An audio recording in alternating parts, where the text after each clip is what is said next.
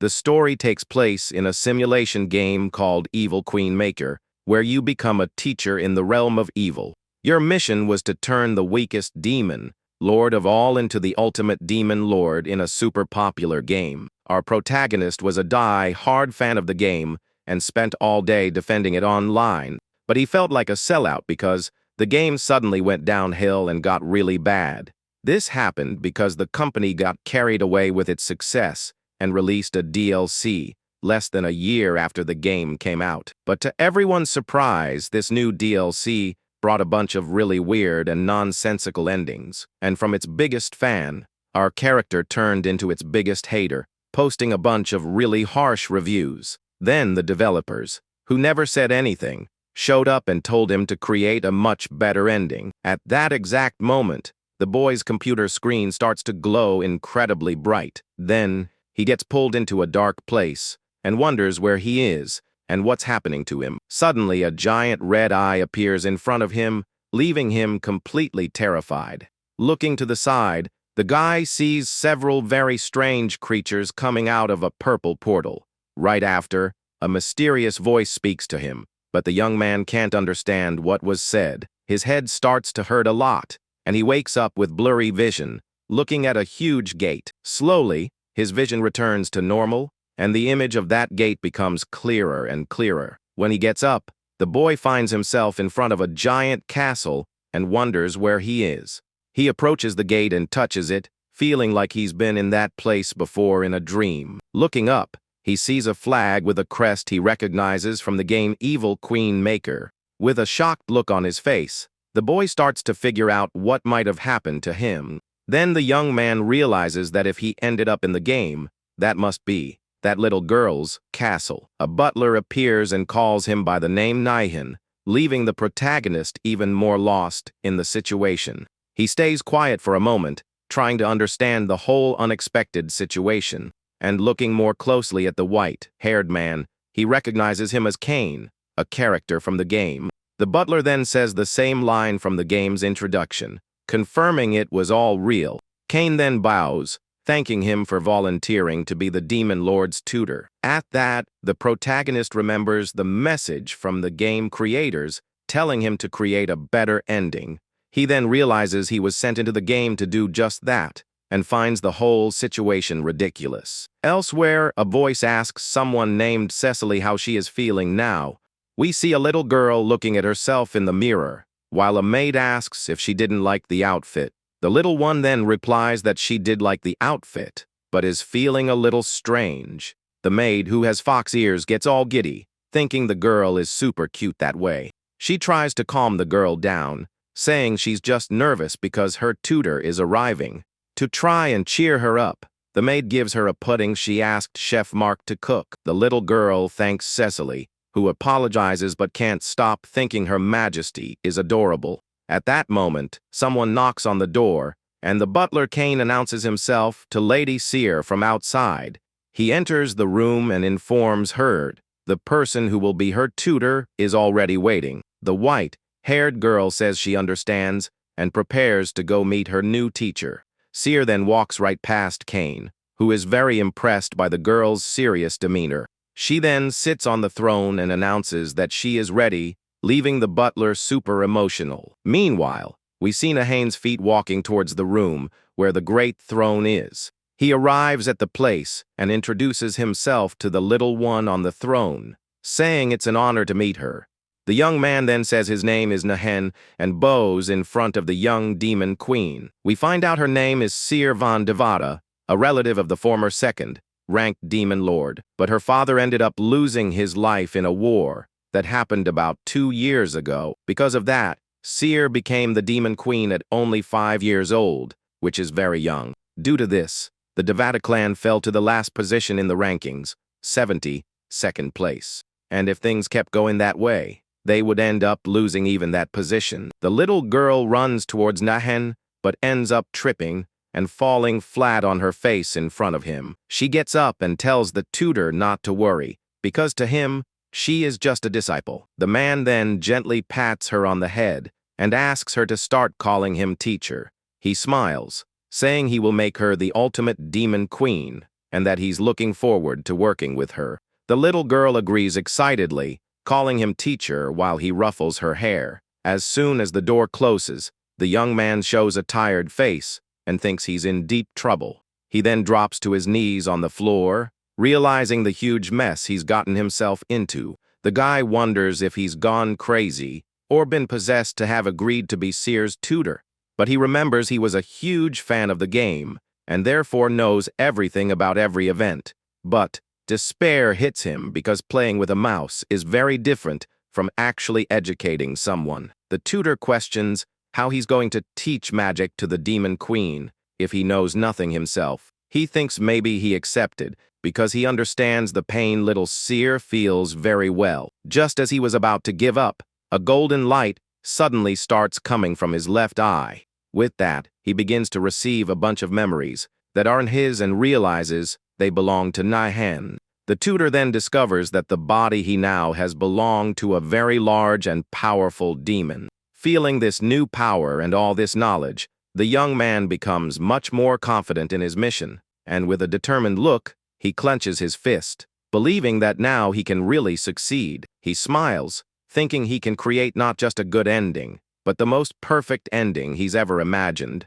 A small version of him appears and wonders why he only remembers Nan's nickname and not his full name. The next day, class begins outside, and the student asks why they aren't in the study room. The teacher replies that a spacious place is better, and she raises her hand, happily agreeing.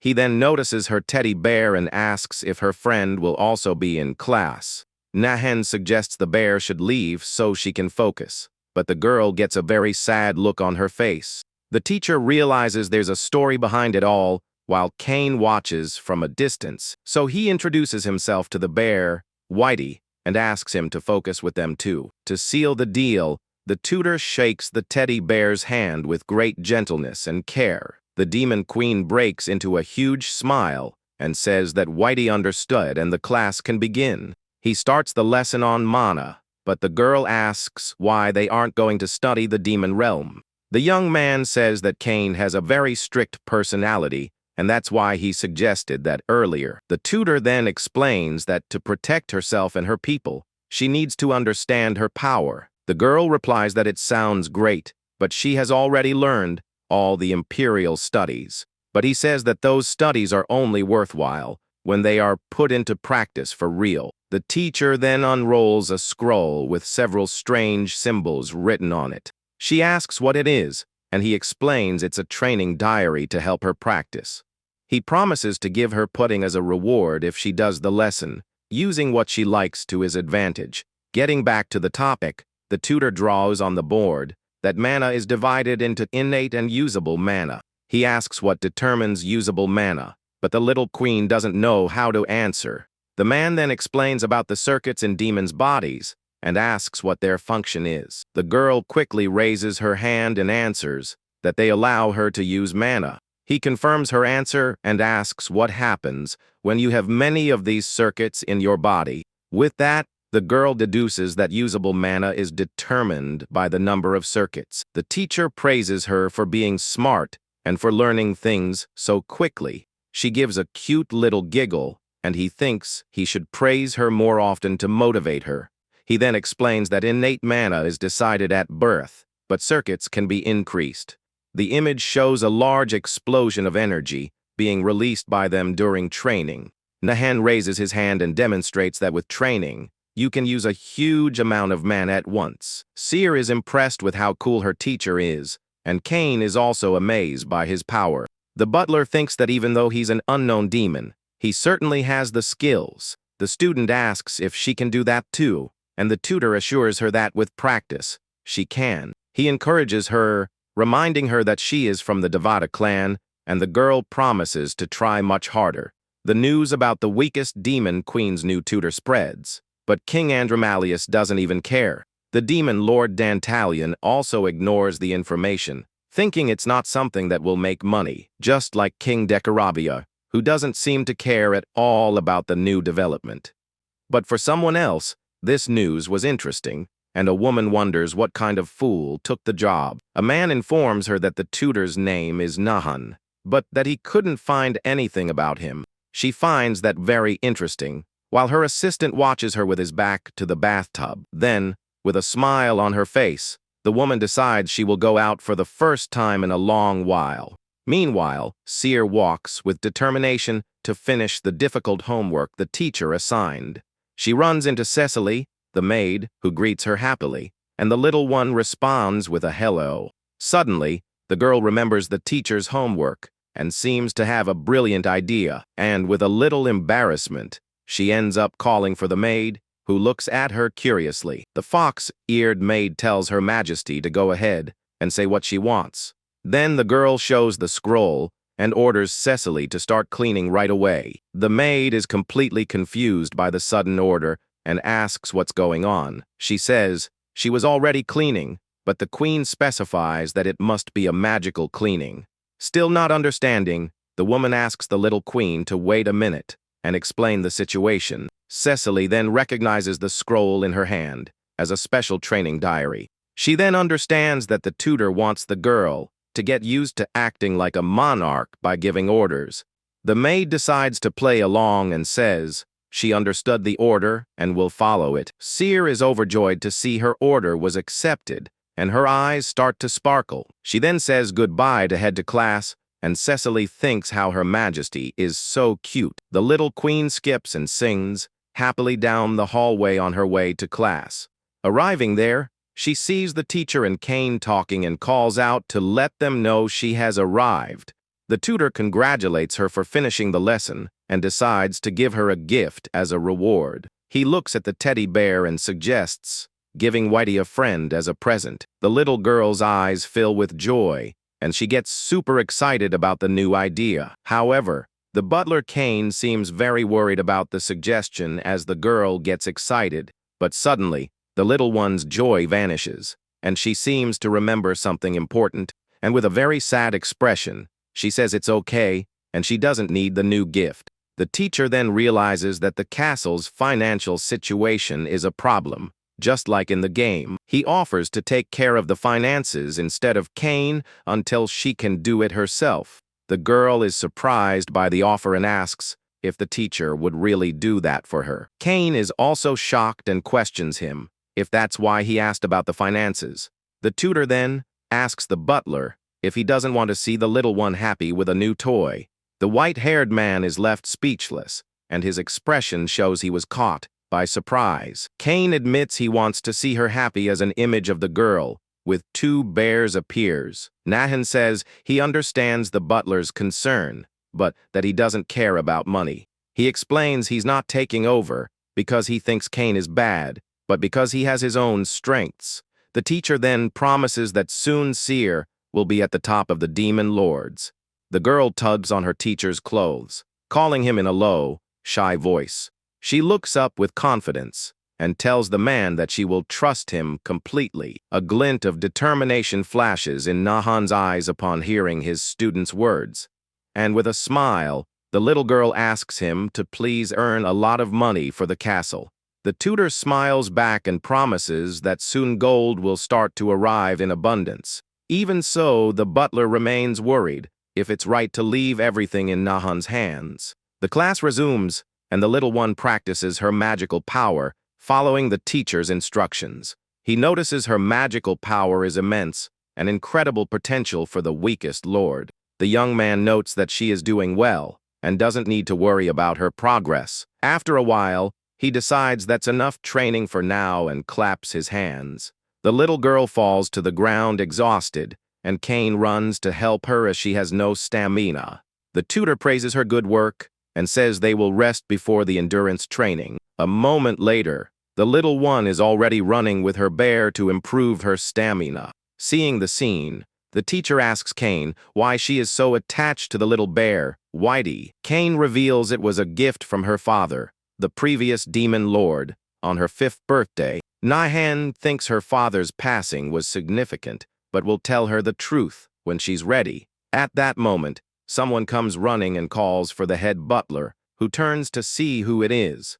Eldon, one of Seer's servants, announces that a letter has arrived from the 71st floor below.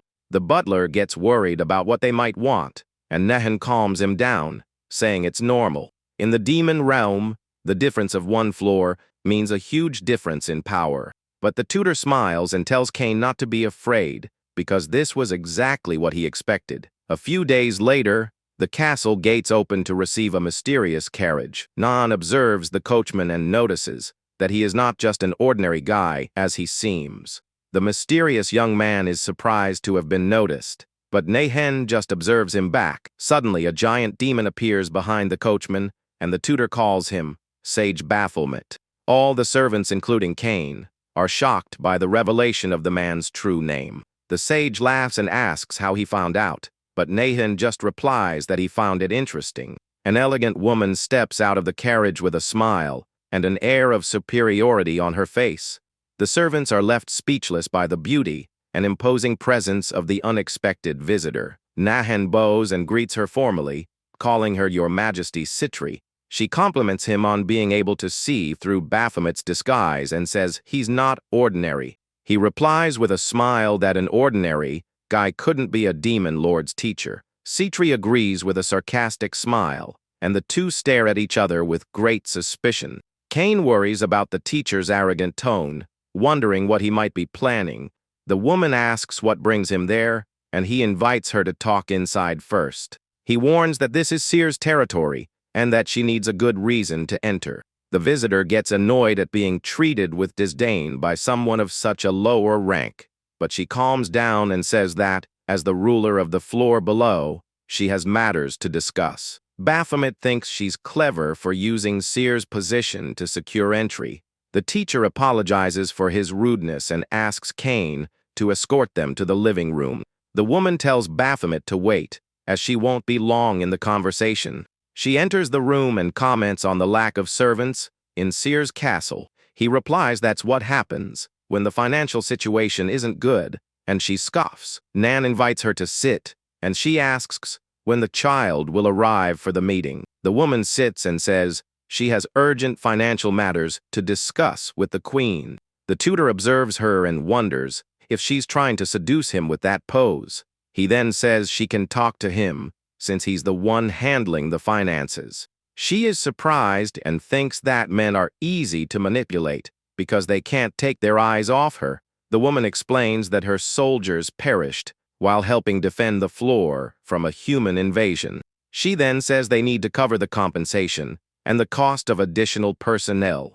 The tutor gives a mocking smile upon hearing her story and her plan to get money. She doesn't understand what he said and asks if she heard him correctly just now. He takes a sip of tea and faces her with a provocative smile before answering. The woman slams the table in anger and accuses him of having a disrespectful attitude towards a lord. She stands up furiously and says he has really lost his mind to dare challenge her. The entire room trembles with the pressure of her angry and powerful aura being released. He asks why she's so worked up, and if it's because he called her a petty crook. With a wave of his hand, he throws Baphomet's unconscious body onto the floor in front of her. She is shocked, and with her eyes glowing with fury, she shouts that his arrogance is absurd. The woman unleashes all her power in an explosion of energy that threatens to destroy everything. She glares at him with hatred and says he brought this punishment upon himself now. But Nehen remains calm, sitting in his chair and drinking his tea peacefully. He says he was going to let it slide out of respect for her, but now he has no choice. With a simple gesture of his hand, he prepares to show her the true power he holds. Her powerful flame of destruction is simply undone by the tutor's casual gesture. With her eyes wide in shock, she wonders how her flames could have been nullified. Nan faces her with a dark aura and invites her to a more civilized conversation. He suggests they resolve things like intelligent demons instead of fighting. He then says he has a good proposal for her that will surely interest her. Nahan's shadow transforms into a frightening demon with a giant red eye. The woman laughs and asks how he dares to make a proposal to her, but he assures her she won't refuse. He reveals that the proposal is about the seal that was placed on her, leaving her in shock. She challenges him, saying that a nobody like him can't make a proposal she wouldn't ignore. But the tutor insists she will want to listen, because it's about the seal that limits her powers. She becomes furious and threatens him, telling him to leave if he's just going to repeat what she already knows. He then says the sealing stone is on a floor governed by a higher lord, and with a snap of his fingers, he makes a contract scroll appear and proposes a deal. The teacher offers to help her break the seal that binds her and limits her power. The woman stares at him in silence, processing the unexpected and very tempting proposal. She then asks how he plans to help her break a seal that is so powerful, and with a confident smile, he says she just saw a small sample of his power. The image of the dark demon appears again, showing the power he can control. She asks what exactly he is, and he replies that he is the demon lord's mentor. With the contract in hand, he invites her to sign and close the deal between them. The contract guarantees that Citri will provide troops and funds for the castle in exchange for support. She only signed because of the third article, which promises Nan's full support to her. She thinks the power he showed was overwhelming and wonders what his real strength is. With a satisfied smile, she decides it's a bet worth taking a risk on. Citri says he also needs to sign with his blood, and he agrees without hesitation. He sits down and prepares to sign the contract with a small dagger in his hand. The contract is signed with the fingerprints of both, sealing their alliance. After signing, the scroll floats in the air, glowing with a strong, magical light. The contract becomes official, and the scroll shines brightly before disappearing. He turns to her and says he will be in her care from now on. She replies that the feeling is mutual, and the two seal their partnership with a handshake. Nahan then introduces Citri to Seer, saying she will be helping them from now on. The little queen thanks her, and the woman is a bit embarrassed by her formality. The tutor jokes that he'll have to teach her good manners, now that they are allies. She gets nervous and agrees to try to get along with the little demon queen. Citri then addresses Seer more respectfully, calling her Lady Seer. The man explains that now he needs to talk about how they will fulfill the entire contract. He then reveals with a smile that she will also be his student from now on. The woman is shocked, and her eyes widen at the completely unexpected news. She yells at him, asking what kind of nonsense he is talking about at that moment. He reminds her that she is now just another common and forgettable demon lord in the ranks. She gets annoyed, and the tutor reminds her that she was the one who came asking him for help. The teacher says she probably thinks her growth is over, and all that's left is to regain her power. But he claims she can still become much stronger than she imagines possible. She thinks it's a lie, but upon remembering his power, she starts to consider the possibility. In the game, Citri became a strong ally of Seer, and he knows she can regain her strength. The woman asks him not to joke with a demon lord, but he says he's not joking. He then tells her to go home and come back when she has time to start the training.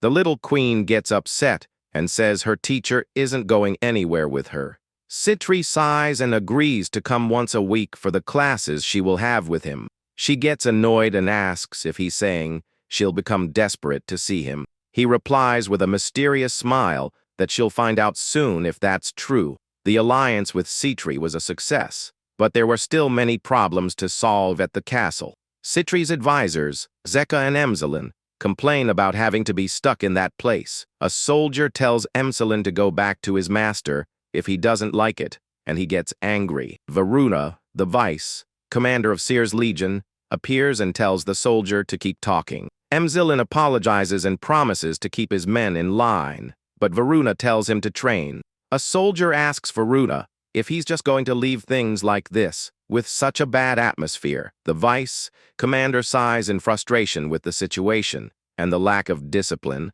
among the troops. Rin El Raza, the legion's commander, says they already knew things would get noisy. A few days later, the tutor sighs, tired from the problems they are facing. Citri appears furiously and asks if he can't train her anymore and what that means. He explains that he's busy integrating her forces and has no free time for training. With a mischievous smile, he says he would be very grateful if she could help with that. She gets annoyed that he's asking her to get personally involved and vows to get revenge. He hears the threat and says that if it keeps her motivated, then it's a good thing for them. The tutor then asks her for one more favor, to take care of the integration details.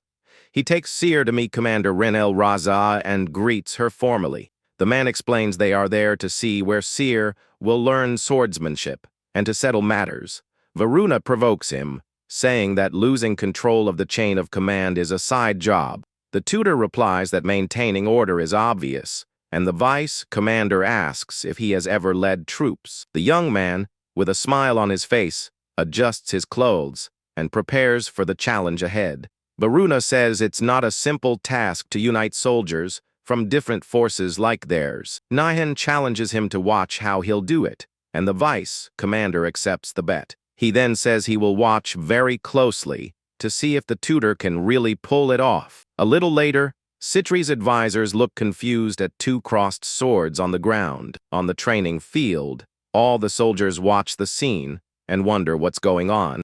Nahan thinks that Varuna is a skilled and loyal vice commander to the very end, but he knows his loyalty is only to Seer and will use that to his advantage. The tutor approaches Amzelin and introduces himself as the little demon queen's mentor. The lizard man says he knows who he is and accuses him of taking them from His Majesty Citri. He replies that he did the right thing by taking in some lost and helpless souls. Amzelin's eyes glow with anger at the teacher's provocation and his audacity. He shakes Nan's hand firmly and calls him a royal mentor with a challenging tone. With his eyes glowing, he asks if the tutor thinks he can say whatever he wants just because he's a mentor. The man just comments on the soldier's strong and slightly rude handshake. Suddenly, Amzelin feels a sharp pain in his hand and shouts from the force of his grip.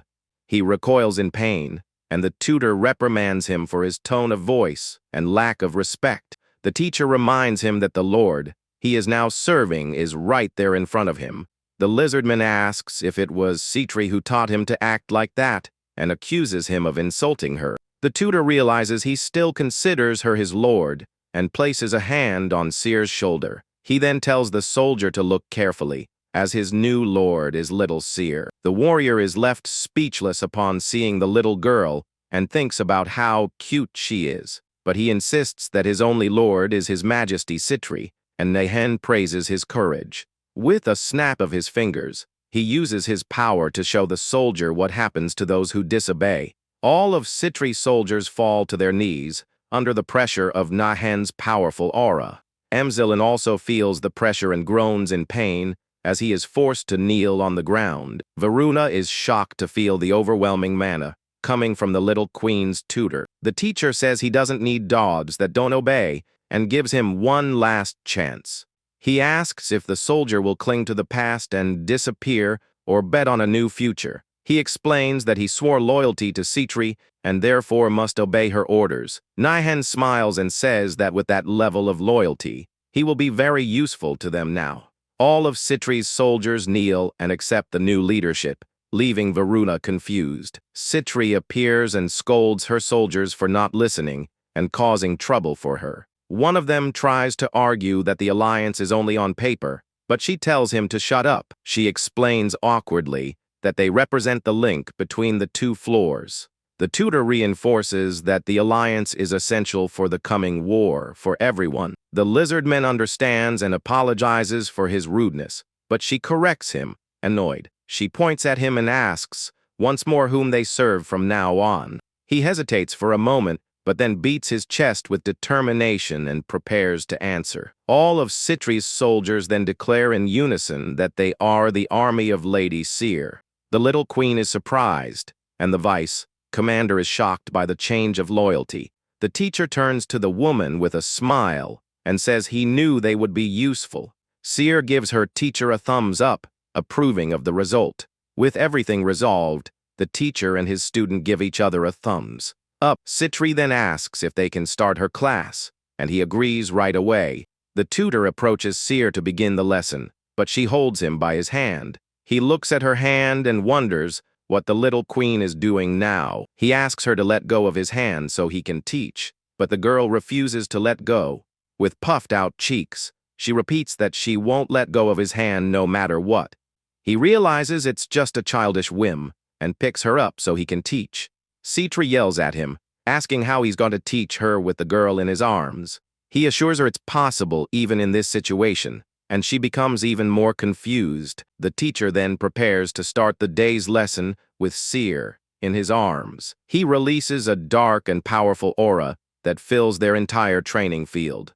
The tutor tells her the goal of the training is to hit him just a single time. She gets furious and asks how training like this can be useful to her. He smiles and says it will be very useful for her development as a demon lord. The woman tries to attack him, but is thrown back by the force of his dark aura. He informs her that he is stronger than she was in the past and challenges her to surpass him. He provokes her to break free from his mana and try to hit him at least once. She struggles but can't move and wonders what kind of mana that is. The teacher thinks that a strong alliance is another power for his little queen. He taunts her, telling her to give up if it seems impossible, and she gets even more irritated. He explains that to survive in the middle realm, she needs to adapt to the dense mana. With a smile, he says that the increase in circuits in this process will be a bonus for her. Seer comments that Citri seems to be having a hard time, and he agrees. The girl asks why, and he prepares to explain the reason for the training. He reveals that one day, she will also have to go through this same type of training. The tutor advises her not to push herself too hard, considering her age and current condition. She tells him to shut up and continues to struggle to get up from the ground. She promises she will manage to hit him at least once in that day's training. He thinks she wasn't ranked 12th for nothing, and that she adapts quickly. The little queen asks her teacher to give her a lesson too, as she wants to learn more. He hesitates, but seeing her pleading eyes, he can't resist and ends up agreeing. He then says he will teach her a bit of the advanced course from the morning lesson. Suddenly, he releases his mana, and the woman wonders what is happening. The teacher tells her to take a break, and the pressure on her disappears instantly. He then asks Seer what she learned, and she explains about external mana. The girl thinks for a moment, trying to remember how to capture mana from the air. The little queen then suggests that she ask the mana for help, and the teacher approves the idea. The girl then asks how she can ask for help if she's never spoken to mana, and the tutor calms her. And, with his hand glowing, he says he will spread his mana to start the process. The man then releases his mana, explaining that by befriending it, he can bring it closer. This way, he can use much stronger magic by borrowing the power of his friends. The teacher then asks if the student wants to try, and she agrees, super excited about the idea. Full of determination, the little queen extends her hand to try to do the same, and slowly, a small amount of mana begins to gather on her slender fingers. Watching from afar, Citri is surprised by the scene as the tutor tells her to spread the mana. The demon woman is in shock at the power and wonders if that is really the mana of a child. With a serious look, she decides that this alliance between them must be protected at all costs. Now the teacher asks her to gather all the mana, and the girl obeys immediately. The little queen finds the sensation strange, and he explains that what she feels is the mana from the air. He suggests she try using the mana she gathered by imagining a very bright flame, and suddenly, a huge flaming skull materializes with impressive power. The teacher then creates a small flaming skull on the tip of his finger as an example. The man then tells her to try and imitate it, but the student asks him to wait just a minute. Suddenly, Citri appears and questions him about what he is teaching the girl. The demon woman reveals that it is a lost ancient magic, and he feigns surprise. She asks how he knows this magic, but the man dodges the question and focuses on her lesson. The tutor then asks if Seer can follow the example, and she confirms excitedly.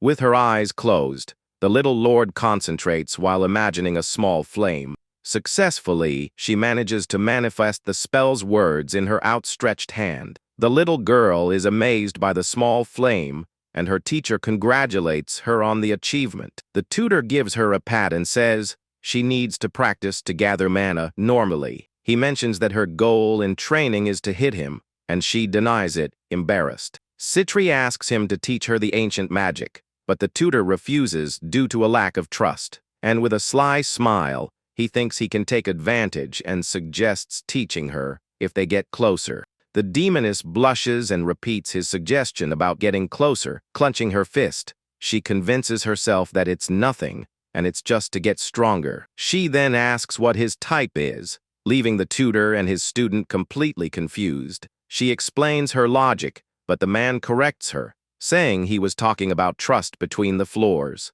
Very embarrassed, she asks him to forget it, and he tells her to bring him a good proposal. Meanwhile, little Seer just watches the confusion with a very innocent look. He then remembers that the original Nahen knows ancient magic because he is a greater demon. He thinks that in the game, these demons were very powerful and mysterious beings. The strange thing is that his body distrusts other demons, but he decides to take it one step at a time. Sitting at his desk, he realizes that the most urgent problem is territorial expansion. He rules out going to the human world, and also the 71st floor, which is Citri's domain. A frontal assault with Citri would be risky, and he looks for a plan until something catches his eye. The next day, the little girl calls out to him, and the teacher turns, surprised to see her arrive. The commander apologizes and says Her Majesty insisted on coming with her. With Seer on his lap, he thanks the woman for coming, and she says she was summoned by him. The tutor reveals the topic is territorial expansion, and the commander is very surprised. The woman says that conquering the 70th floor is difficult because they are at a military disadvantage. While she advises him to be cautious, the man simply hands her a paper. After reading it, the woman realizes the plan suggests a victory without a direct frontal assault. And with a confident smile, he asks for her opinion and says it's a good card up their sleeve. The commander rereads the document and confirms that without a direct confrontation, victory is possible. The tutor insists on knowing her opinion and reinforces that their plan is very solid. The commander then says she will select soldiers specialized in infiltration for the mission. She worries about internal friction, but the tutor assures her that everyone will obey now. He suggests creating a separate legion for the new soldiers to avoid more problems. The woman asks how that would make the new recruits loyal to the little queen. The man explains that by seeing the girl's effort for them, the soldiers will become loyal. He then asks for the student's opinion, and the girl says she likes everything that has been planned. And with a clenched fist, the demoness states that she will help expand their influence. She gets annoyed at his look, but the tutor just thinks that the plan will work out. The teacher notices his student is going somewhere and asks her about it. The girl joins Citri on the ground and says they should do the training together. He finds the situation amusing because they say doing things in pairs is less tiring. The other woman is completely speechless at the little girl's attitude. With a smile, the Lord imitates the demoness, who finds it exhausting to deal with so much purity. The tutor approaches and says that her teddy bear will get all dirty that way. He picks her up and promises they will wash the bear together later, and the girl happily agrees. The demoness then asks if he has experience dealing with small children like her. He explains that he just thinks about the best way for the girl to accept things and then acts. He then teases her, saying that she acts without thinking, and Citri gets very irritated. With a snap of his fingers, the man says to pause the training to continue the discussion. She stretches and says she will help with the plan, but he wouldn't believe her reasons. The woman reveals that they were also preparing for a war that was coming in the future.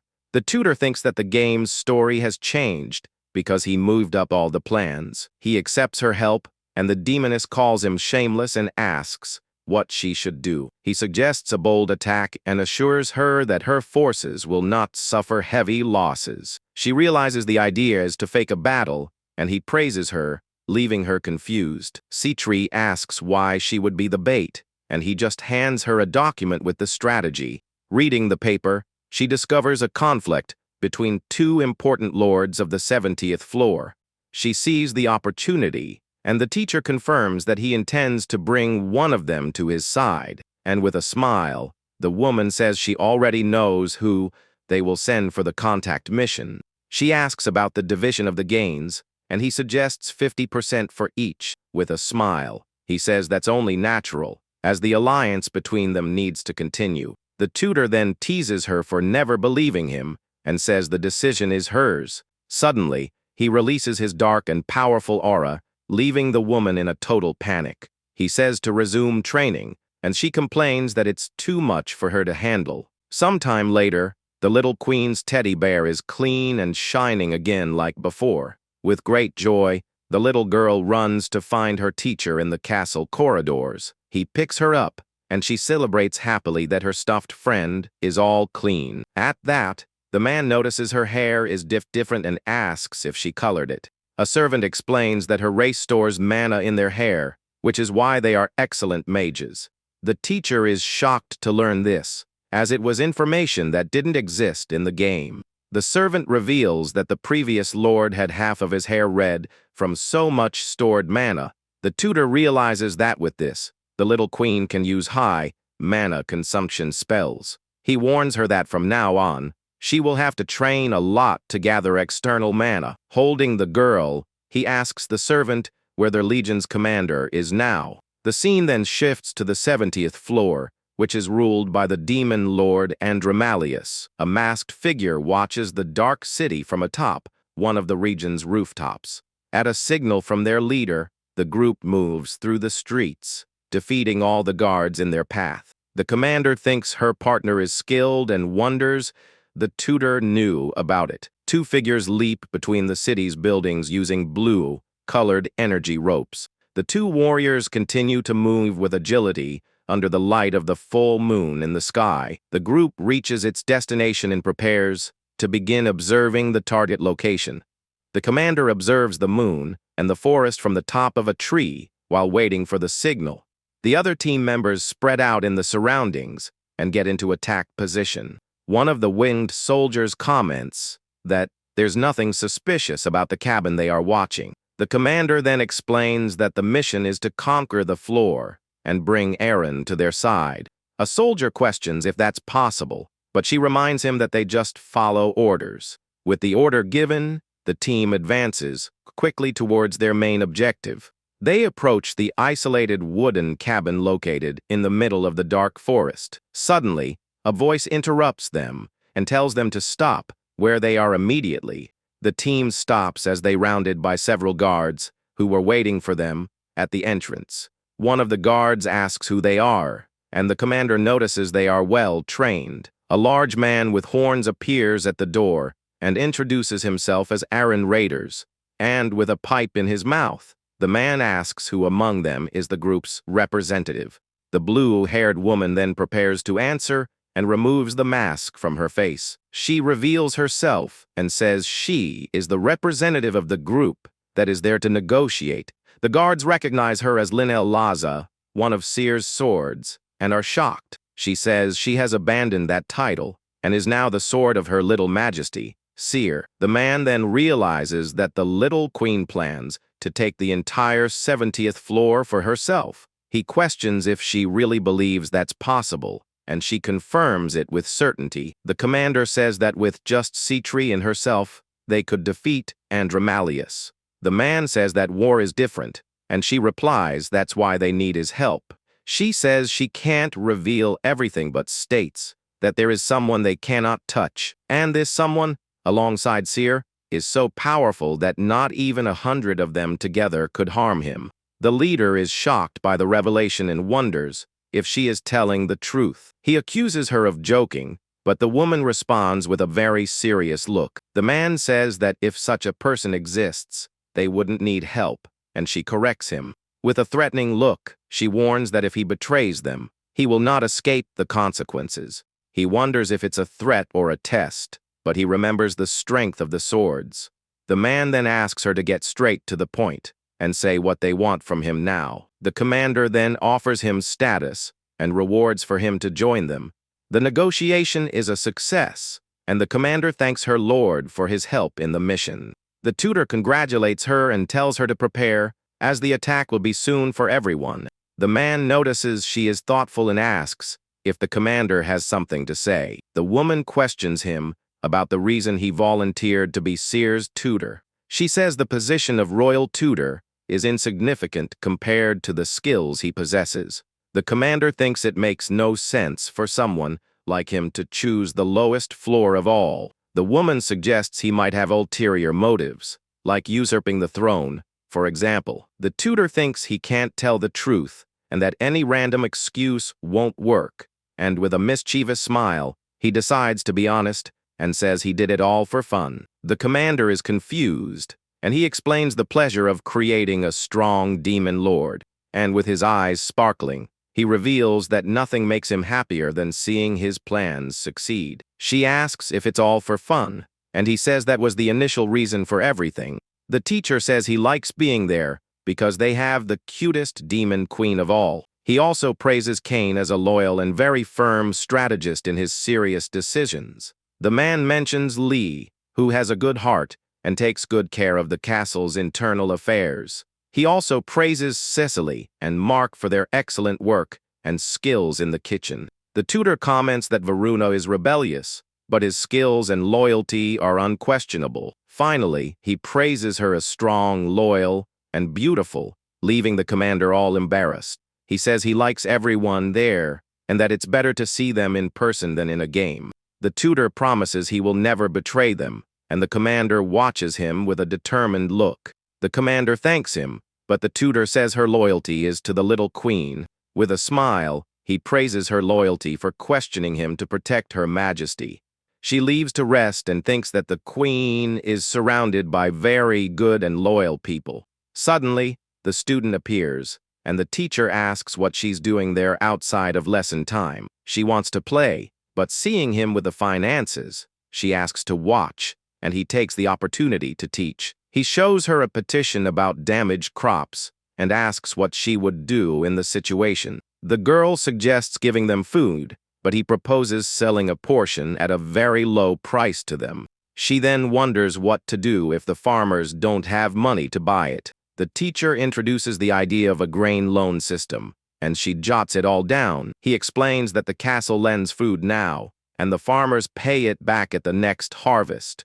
The little lord understands that this solves the problem and doesn't cause a loss for the castle. The servant Lee enters and apologizes for interrupting, but informs them it's time for the queen's snack. The tutor tells the student to go have a snack, and she gets excited thinking she'll have pudding soon. The servant says the snack is cake, and the girl is hesitant, but the teacher gets confused. With a big smile, she invites him to eat with her and share the snack. The servant is shocked by the invitation, as the little queen never shares her food. The tutor finds the situation amusing, but thinks it's a sign that he has gained her trust. He then accepts the invitation, and the girl pulls him excitedly to go eat the delicious cake. The teacher realizes he has truly won his student's trust with this gesture.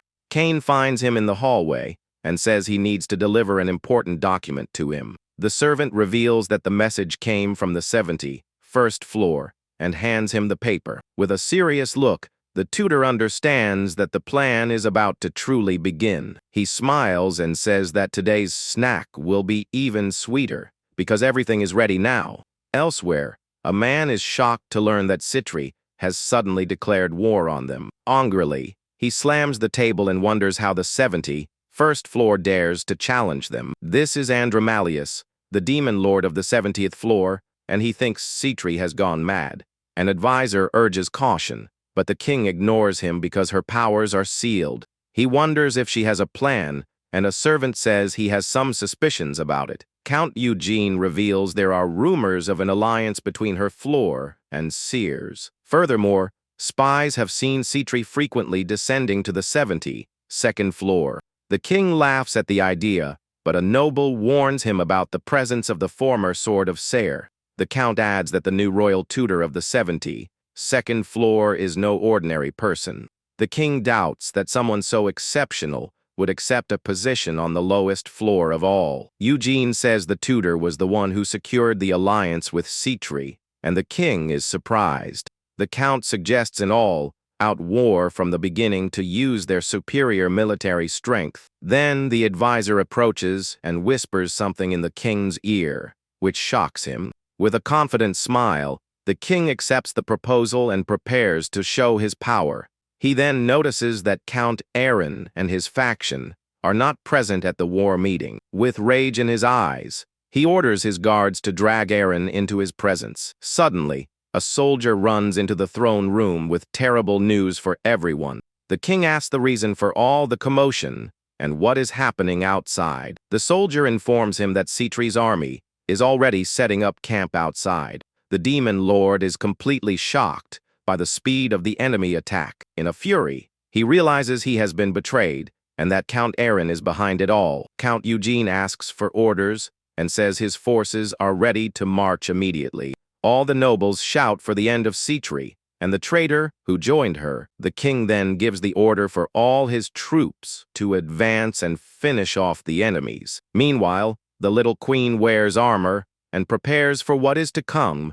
She complains that the helmet is stuffy, but the tutor says it could save her life. He promises a piece of cake as a reward, and the girl excitedly agrees to the plan. With the student on his lap, he asks Cain where the commander is and says they need to hurry. He then says goodbye and departs with the little queen, while Cain wishes them success in battle. The teacher and his troops find Varuna in front of a portal and asks if he is ready. The vice commander explains that Sitri provided a temporary portal that will take them to the 70th floor. With a disdainful look, the man comments that the portal is of low quality and tells everyone to enter. With the little lord in his arms, the teacher walks towards the glowing blue portal. The scene shows the portal still active as the troops wait on the other side to advance. On a rooftop, some assassins observe the empty castle, and one of them questions the enemy's intelligence. Commander Duncan says they left the castle empty, and for that, they will pay the price. The leader of the assassins then prepares and gives the signal for his men to begin the attack. With the order to eliminate everything, the assassins jump from the rooftop and invade the castle. Arriving at their destination, Varuna asks if it's safe to leave the castle completely empty. The vice commander says the enemy has an assassin unit, and the tutor confirms the suspicion. With a confident smile, the teacher assures them that a surprise attack like that will be useless. In the castle, one of the invaders is hit hard and thrown far away with a single blow. One of the assassins is shocked to see his companion defeated so easily. The group's leader looks at the scene, not understanding what is happening at that moment. The servant Cain appears, holding one of the assassins, and says he doesn't remember having guests. And in an imposing stance, the butler then asks who they are and what they are doing there.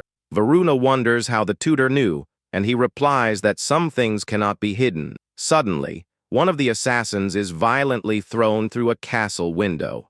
The servant Cecily appears at the window and informs the butler that her area is clear. Lee says she took care of 2 invaders, and Cain apologizes for overdoing it a bit.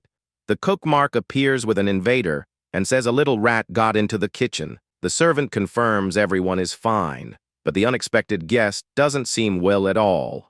The tutor remembers that Seer's servants were chosen for their combat skills. Varuna admits he didn't like the teacher, but recognizes his skills and asks for orders. The man then tells the vice commander that he is mistaken about something important. He explains that the soldier's loyalty is not to him, but to little Seer. The vice commander gets the message and then directly asks for His Majesty's orders. The little lord asks the tutor to be the commander, and he gladly accepts the request. The teacher then orders Varuna to join and support Commander Lin's forces. The student asks where they are going, and he says they are going to see Sitri, making the girl excited. Sitri observes the troops, and her advisor is impressed by Nahen's capabilities. The advisor calls him a dangerous man and suggests they take some action soon. The demoness warns him never to cross the teacher's path, as one mistake would be fatal.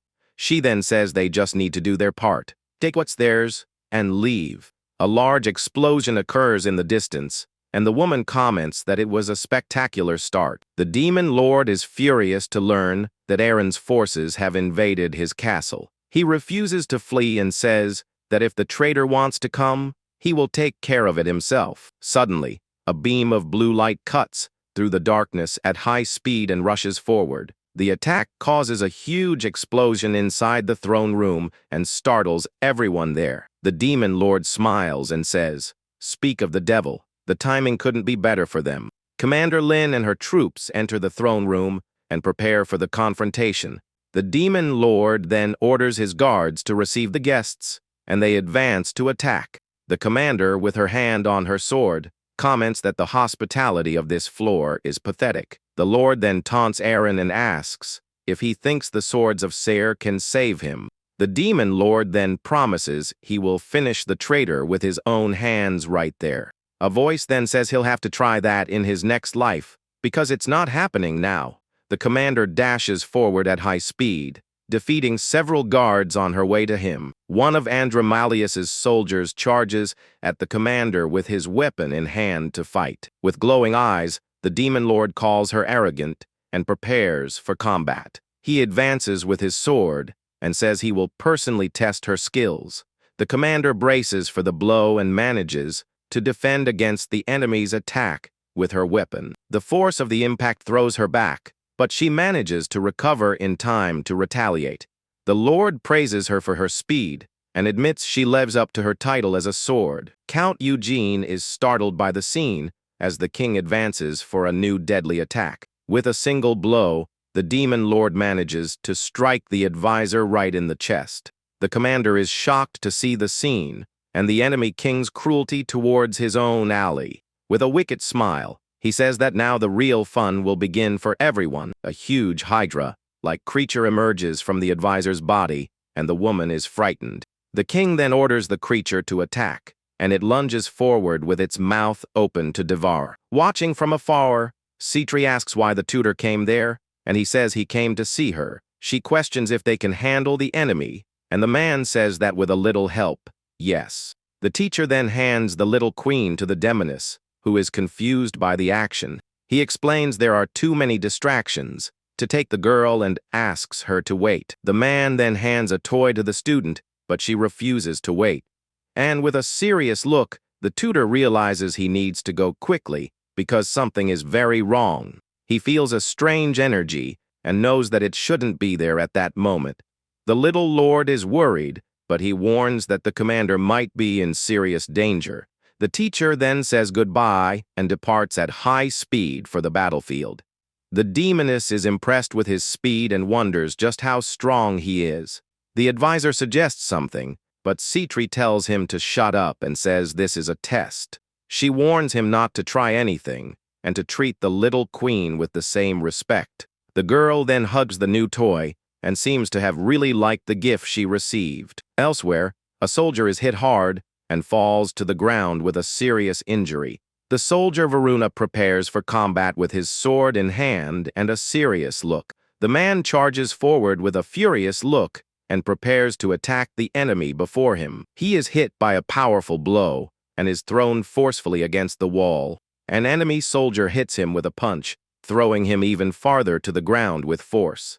The enemy taunts him, and the king tells him to keep fighting as it's all he can do. The commander realizes the Hydra is not normal, and its power rivals a demon king. She is attacked by the creature and wonders if this is her end in today's battle. With her eyes closed, the woman apologizes to Her Majesty for having failed her. Suddenly, a strange light catches everyone's attention, and they look up. A dark figure appears behind the commander, and she doesn't understand what's happening. The demon king is down on the ground and asks who the mysterious figure that defeated him is. The teacher then sits on the throne and suggests the Lord surrender to him immediately.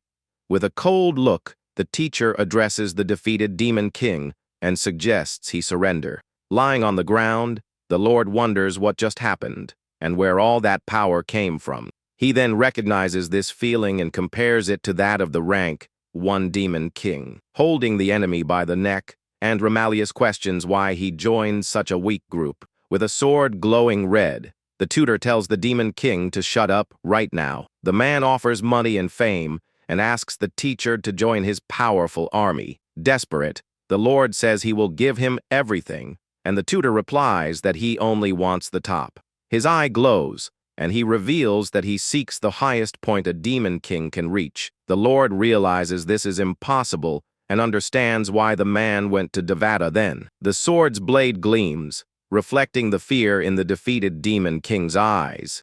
The teacher warns that he won't forgive him for messing with a power he can't control. But the Lord laughs and says that in war, what matters is winning, no matter the means. The man then attacks with his sword, ending the conversation with a single, precise strike. With his foot on the enemy's chest, he prepares to declare the end of that battle now. The tutor declares that the war is over and orders the enemy soldiers to lower their weapons. The soldiers outside hear the news that their lord has been defeated in combat. They receive the order to surrender, and one of them can't believe what he's hearing. In her tent, Citri is surprised by the speed, but soon understands that it makes sense.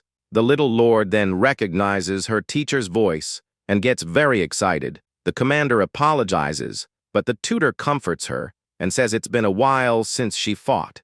He thinks the aura was that of a dragon and that this never happened before in the original game. The man tells her that Citri will take the credit, and the commander understands the whole plan.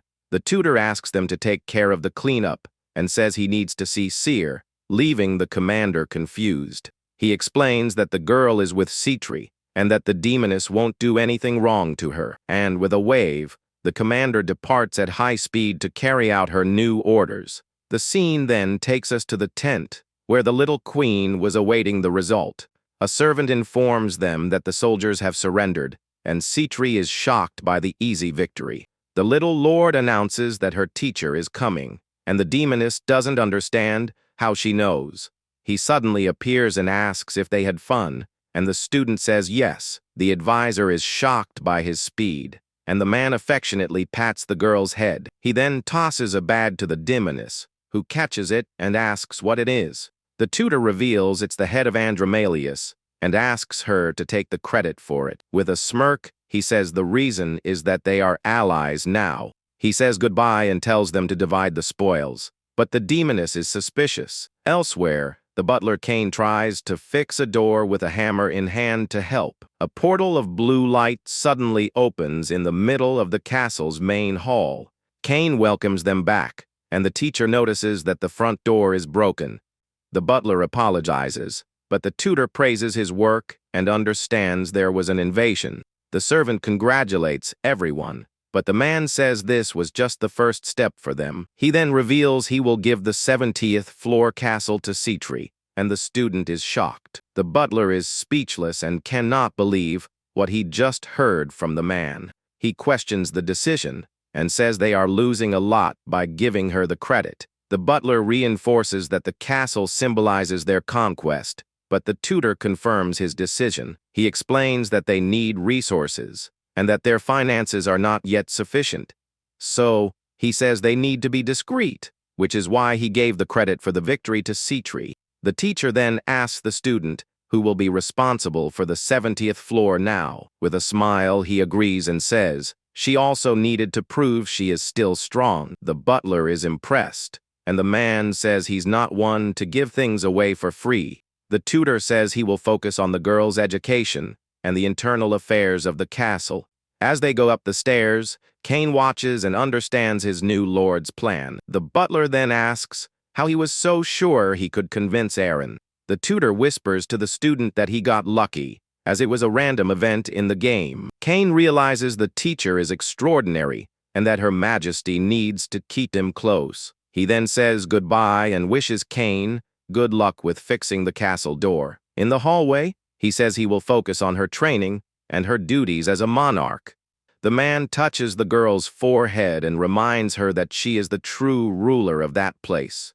With a big smile, the student says the classes are fun and that she will learn everything. The teacher is happy to see that his methods are working and that she is enjoying them. He says he's going to take care of the paperwork, but the little queen refuses to let him go. The servant Cecily appears and says that those who work hard also need to rest a lot. The girl then asks the tutor to take a nap with her and makes a pleading face. He understands he has no choice and agrees to take a nap before getting back to work. In the room, The servant Lee greets them, and the man asks her to bring hot tea for Seer. He then looks at the servant and asks if she was hurt during the castle invasion. With a blush on her face, the young woman replies that she is fine and was not injured in the attack. Satisfied, he asks for the tea, and the servant realizes he has already understood everything that happened. He puts the girl to bed, and she asks if something happened to Lee,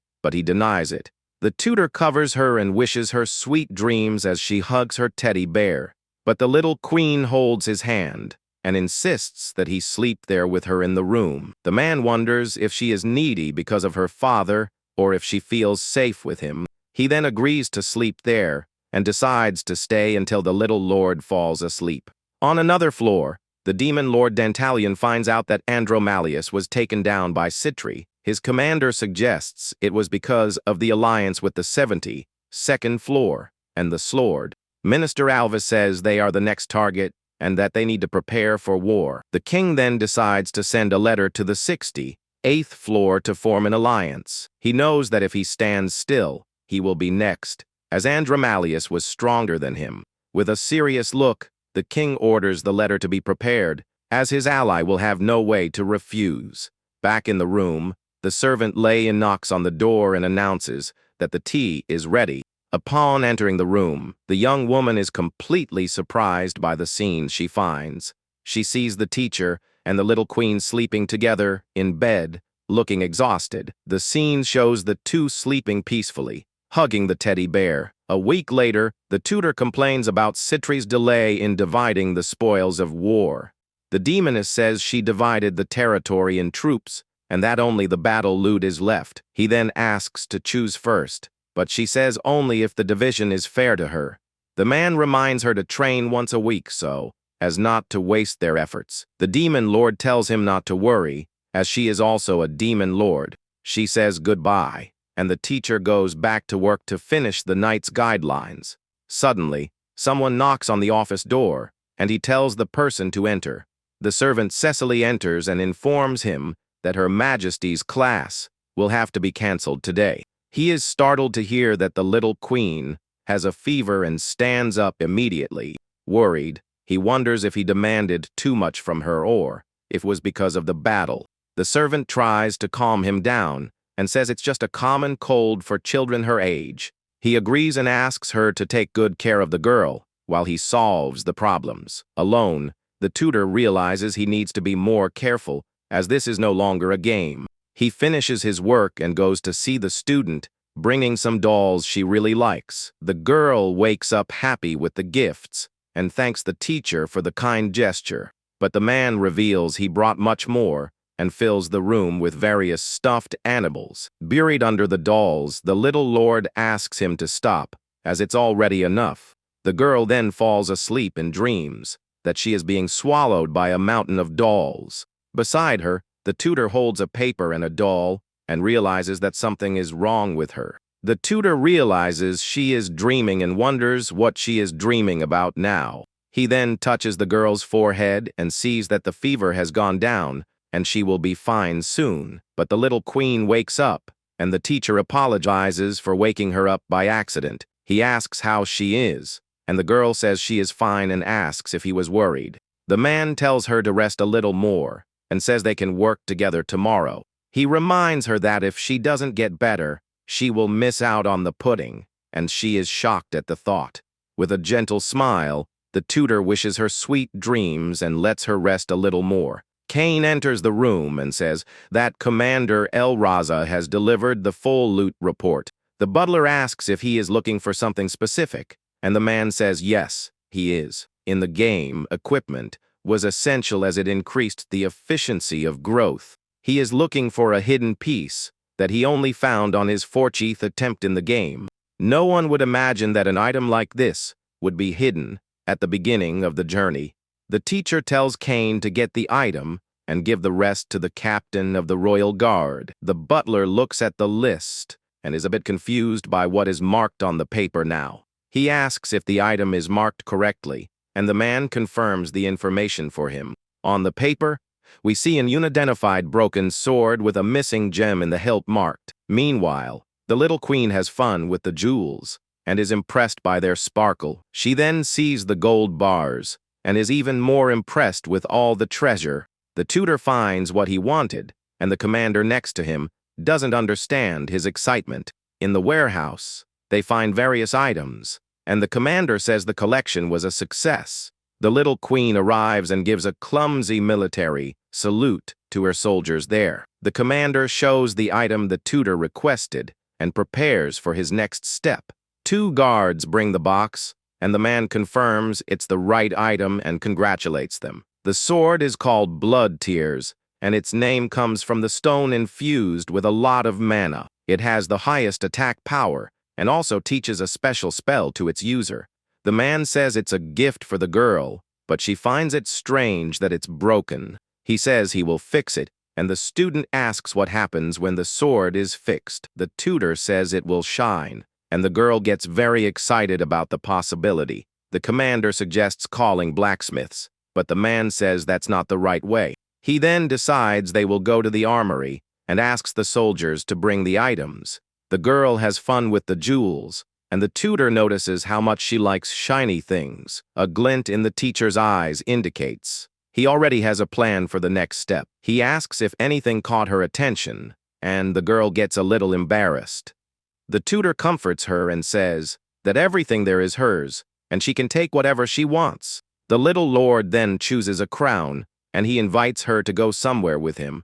They arrive at an abandoned mine, and the student asks why they are in that place. The man explains that the pieces to fix the sword are hidden in that mine. The girl thinks it will be difficult, but the tutor assures her he will find everything quickly. With a sparkle in his eyes, he prepares to look for the missing pieces of the sword. He approaches a wall of rocks and starts searching for the hidden item there.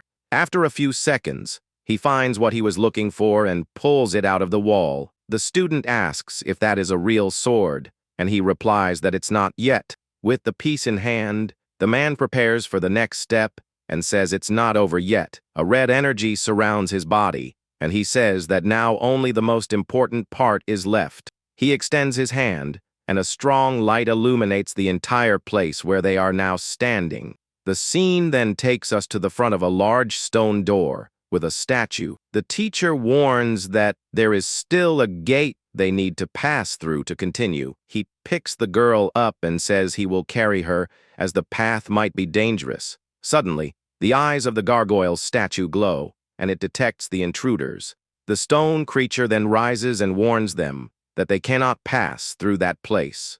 The tutor explains that gargoyles are a rare race, and the girl is impressed by the statue.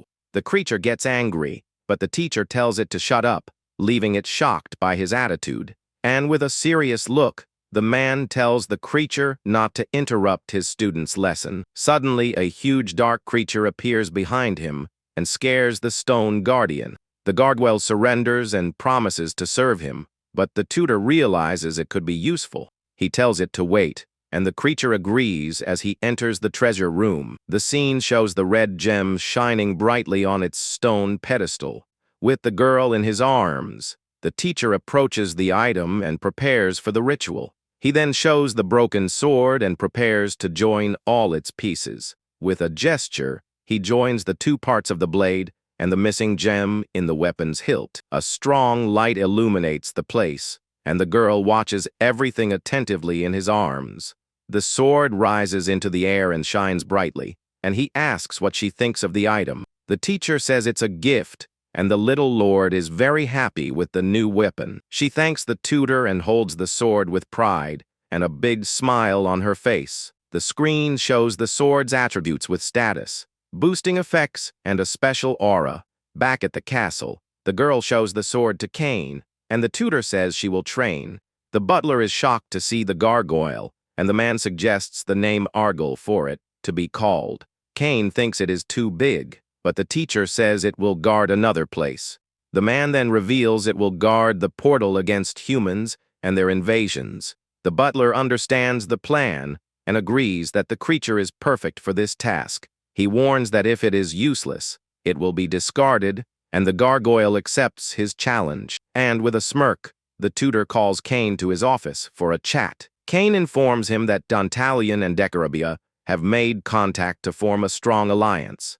The butler warns that if the two floors unite, it will be difficult for them to handle. The teacher agrees, but says he can't stand still, and that there is only one option for him. He reveals that he will shake Dantalion's faction, but Kane reminds him of his power. The tutor reminds him that Dantalion's faction is famous for its many merchants. He explains that if he can destroy their trust, the faction will collapse. Kane questions how he would do that overnight, and the man smiles mysteriously. The teacher then reveals that he never said he would do it overnight, as he thinks. He explains that he will ruin their trade policies bit by bit and become a competitor. The butler is confused, but the man says they will do business on the 70th floor now. Kane asks if he will use Citri again, and the tutor corrects him and says it's cooperation. The butler doubts she will accept, but the teacher assures him the offer will be tempting. And with a confident smile, he says he has a product that will drive the merchants crazy. The man then reveals he will sell something that the demon realm does not have on the market. In a human city, a rumor about the disappearance of the guardians spreads quickly. In the tavern, an adventurer confirms the rumor, and others get excited by the news. Two men see a chance to get rich and decide to invade the demon realm. A girl gets excited and says she knows where the Ram tribe gathers and that it will be easy. The group then prepares and heads towards the portal to the demon realm. In front of the portal, several other adventurers also prepare for the invasion. A man approaches the group and asks if he can join them on the new hunt. He introduces himself as Riku and his companion Melissa, a calm-looking nun. The group's leader recognizes the insignia and sees they are rank A adventurers. The two agree to join, and the group of adventurers sets off for the magic portal. A man tries to warn that no one who has recently entered the demon realm has returned.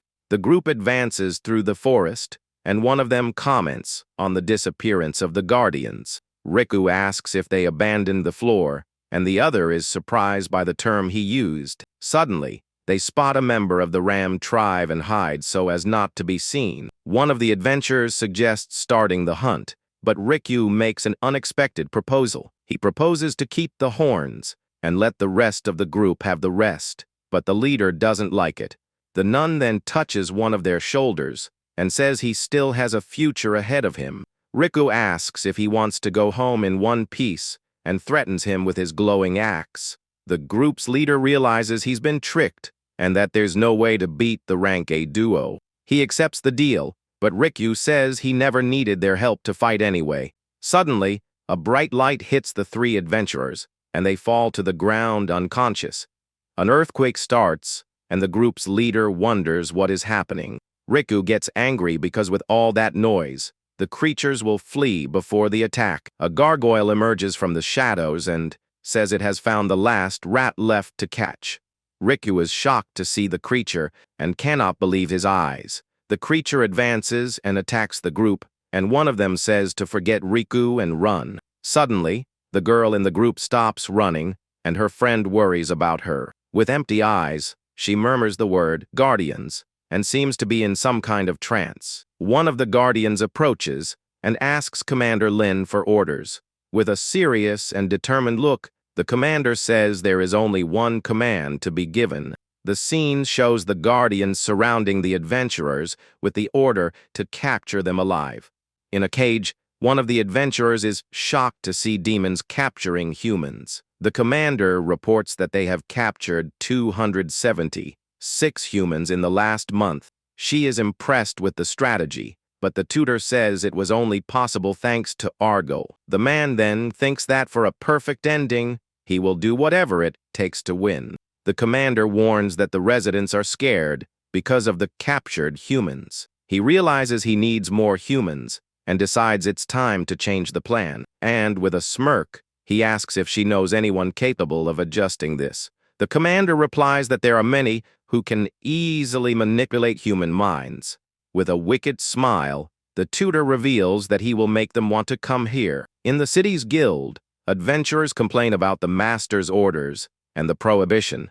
One of them comments that the adventurer in a hurry is a double rank A and needs money. Suddenly, the guild door bursts open, and someone enters asking for help. Luke, one of the adventurers who left, enters injured and shocks everyone in the guild. He reveals that he escaped from the demon realm and that all the missing people are there. Desperate, he asks for help to save his friends who are left behind in the battle. The guild master approaches and asks if he knows why the demons are capturing humans. The young man says he doesn't know and didn't have time to investigate the reason for their attack. The master then questions him and admits he has his doubts about the story he's telling. He wonders how a rank C adventurer managed to escape from the demon realm. The guild master says his heartbeat is that of a liar and stares at him. Suddenly, the young man's heart calms down, and the master realizes something is wrong. He smells a strange scent and realizes the young man has been mentally manipulated by the demons. With a wicked smile, the young man praises the master's perception and prepares to attack. With a swift move, the guild master defeats the adventurer with a single blow. He then orders them to warn the other guilds not to enter the demon realm. The master announces that the portal will be closed, but a guard interrupts him with news.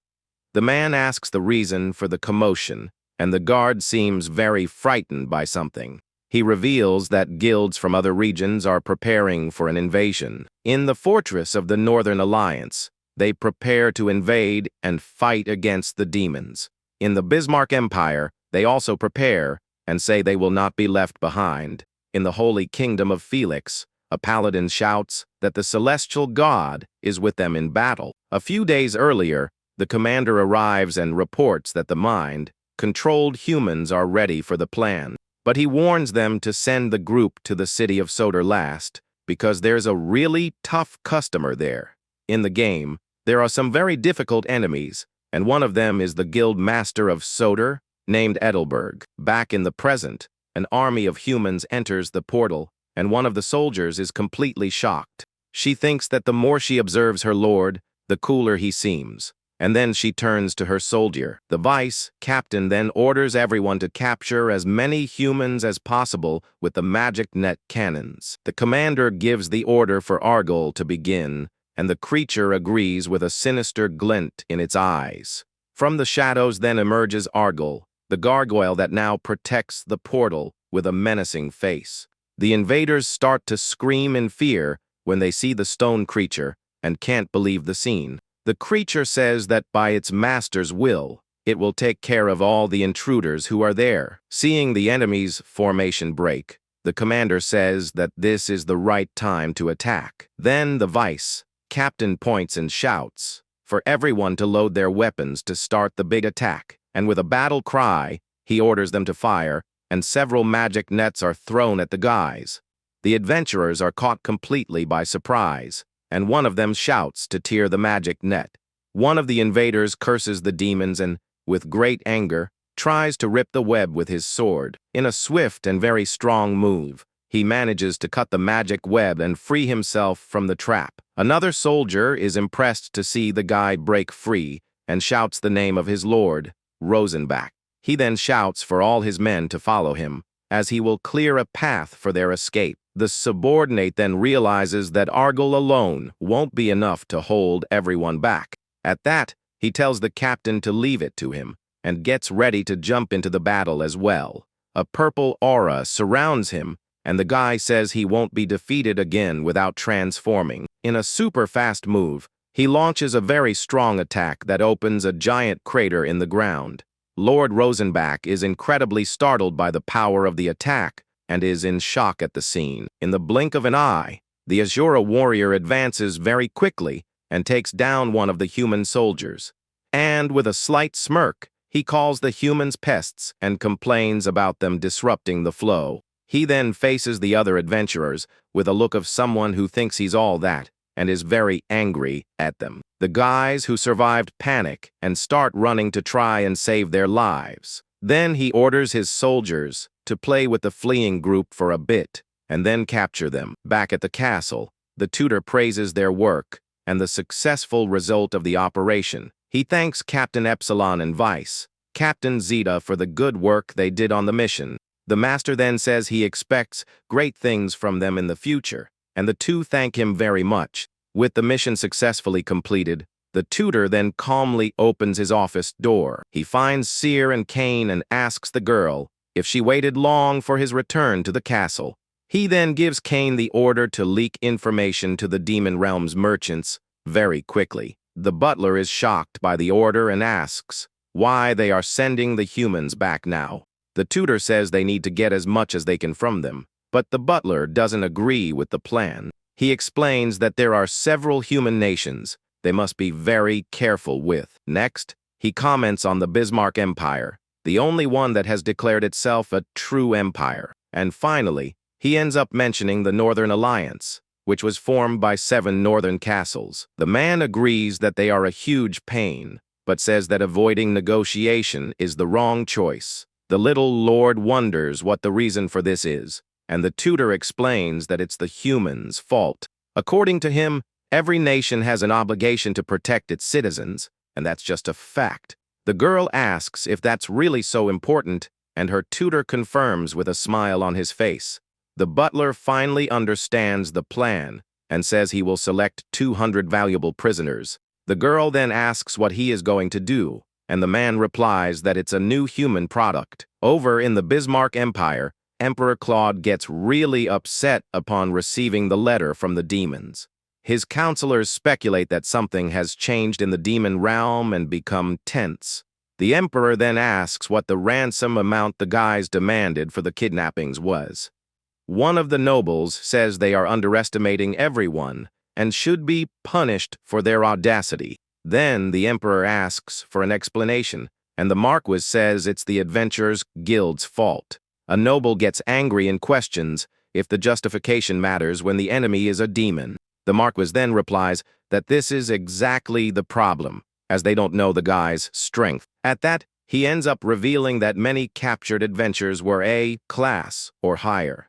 With great anger, the noble shouts that he cannot accept the empire bowing to the demon realm. The marquis warns about the rumors, and the emperor gives in and ends up accepting the exchange with the demons. And with his eyes gleaming, the noble swears that one day he will pay for this humiliation he went through. At the castle, Cain reports that the negotiations were accepted, and the tutor feels more relieved. He then gives the order for the prisoners to be taken to the portal the next day for the exchange, and with a grim look, he warns that if they don't accept by the end of the week, the rest will be eliminated. Elsewhere, some artisans wonder why the Demon King summoned everyone there. Suddenly, someone announces their arrival, and we see the trio's feet approaching the place. The artisans are shocked to see Seer and Citri together with the little lord's master there. Citri welcomes them and says they must be very curious about the reason for the meeting, and with a gesture, one of the guards starts to open a very large sack that was lying on the ground. She then reveals a bunch of human weapons and tells everyone to look at the platform now. The blacksmiths are impressed with the quality and say that it is a true masterpiece. One of them then notices that they are all swords that were taken from the human adventurers. Citri says that looking at them hurt her eyes, and she gathered them to analyze and replicate the weapons. One of the blacksmiths is shocked and asks if they should copy the humans, since they are inferior. The tutor then tells them to stop wasting time and resources on such poor weapons. The artisan is extremely offended by his words and questions him for speaking so freely. With a slight smirk, the man says he is going to ask a question and holds a sword in his hand. He then shows the human's sword and gets ready for the weapon's resistance test. Then he asks which of the 2 swords they think will break from the strong impact. The artisans are completely speechless and don't know what to answer the Lord's tutor. He explains that he doesn't want them to imitate, but to analyze and recreate them in their own way. One of the blacksmiths named Dungrik volunteers to try, and the others are very surprised. He warns that it will take time, and the tutor assures him that he will invest as much time as needed. The man suggests that he be the leader of the project, and Seer and Citri agree with his idea. The tutor then names Dungrik as the project leader and gives him an emblem of authority.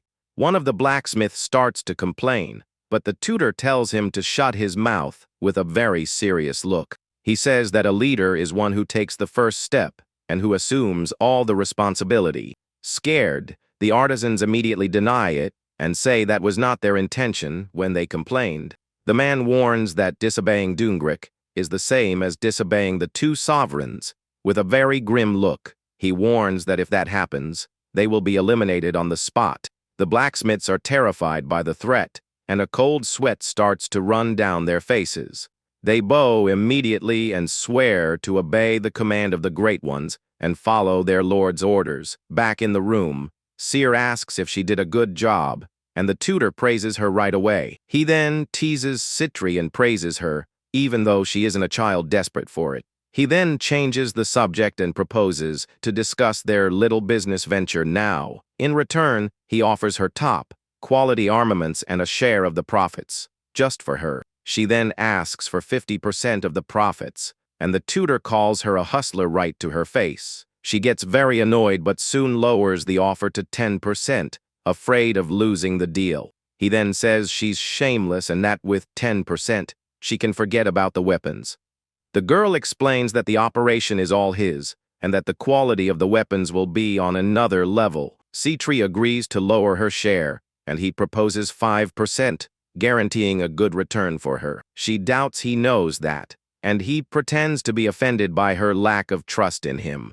She accepts the contract but doubts they can replicate the weapons of the captured humans. He explains that for a demon king, standard weapons don't matter, which is why there was a delay. But a demon king can't do everything alone, and that's why the army needs good weapons. And with the research data, he guarantees they will reach the human level very soon. She gets annoyed and says it's not for free, but he reminds her that she won't lift a finger. The man reveals that she will take on all the risk of the whole thing, and that her reputation is at stake. She panics and wonders what kind of risk it is, and what he is planning to do. And with a slight smirk, the tutor says that nothing in this world is free, Your Majesty Citri. In a very dark dungeon, we see several captured adventurers locked in a cell. A girl named Ari asks what happened to Luke, and Dane tries to calm the young woman down. Suddenly, one of the guards grabs a prisoner forcefully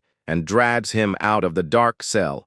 The prisoner shouts to be let go and struggles, trying to break free from the guard's strong grip. Dane and Ari are led outside, and the young man asks where they are going now. The tutor stops them on the way and asks for their names, and they introduce themselves as Ari and Dane. With a very serious look, the man asks if they happen to know someone named Luke.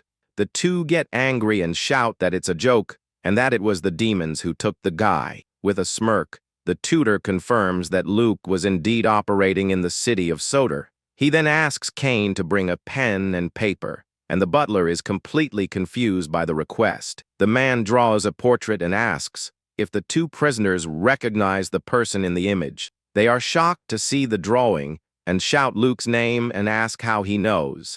The tutor then asks Kane if this man was in the operation, and he confirms that he was. With a very wicked smile, he thinks that an incredible stroke of luck has just fallen into his lap.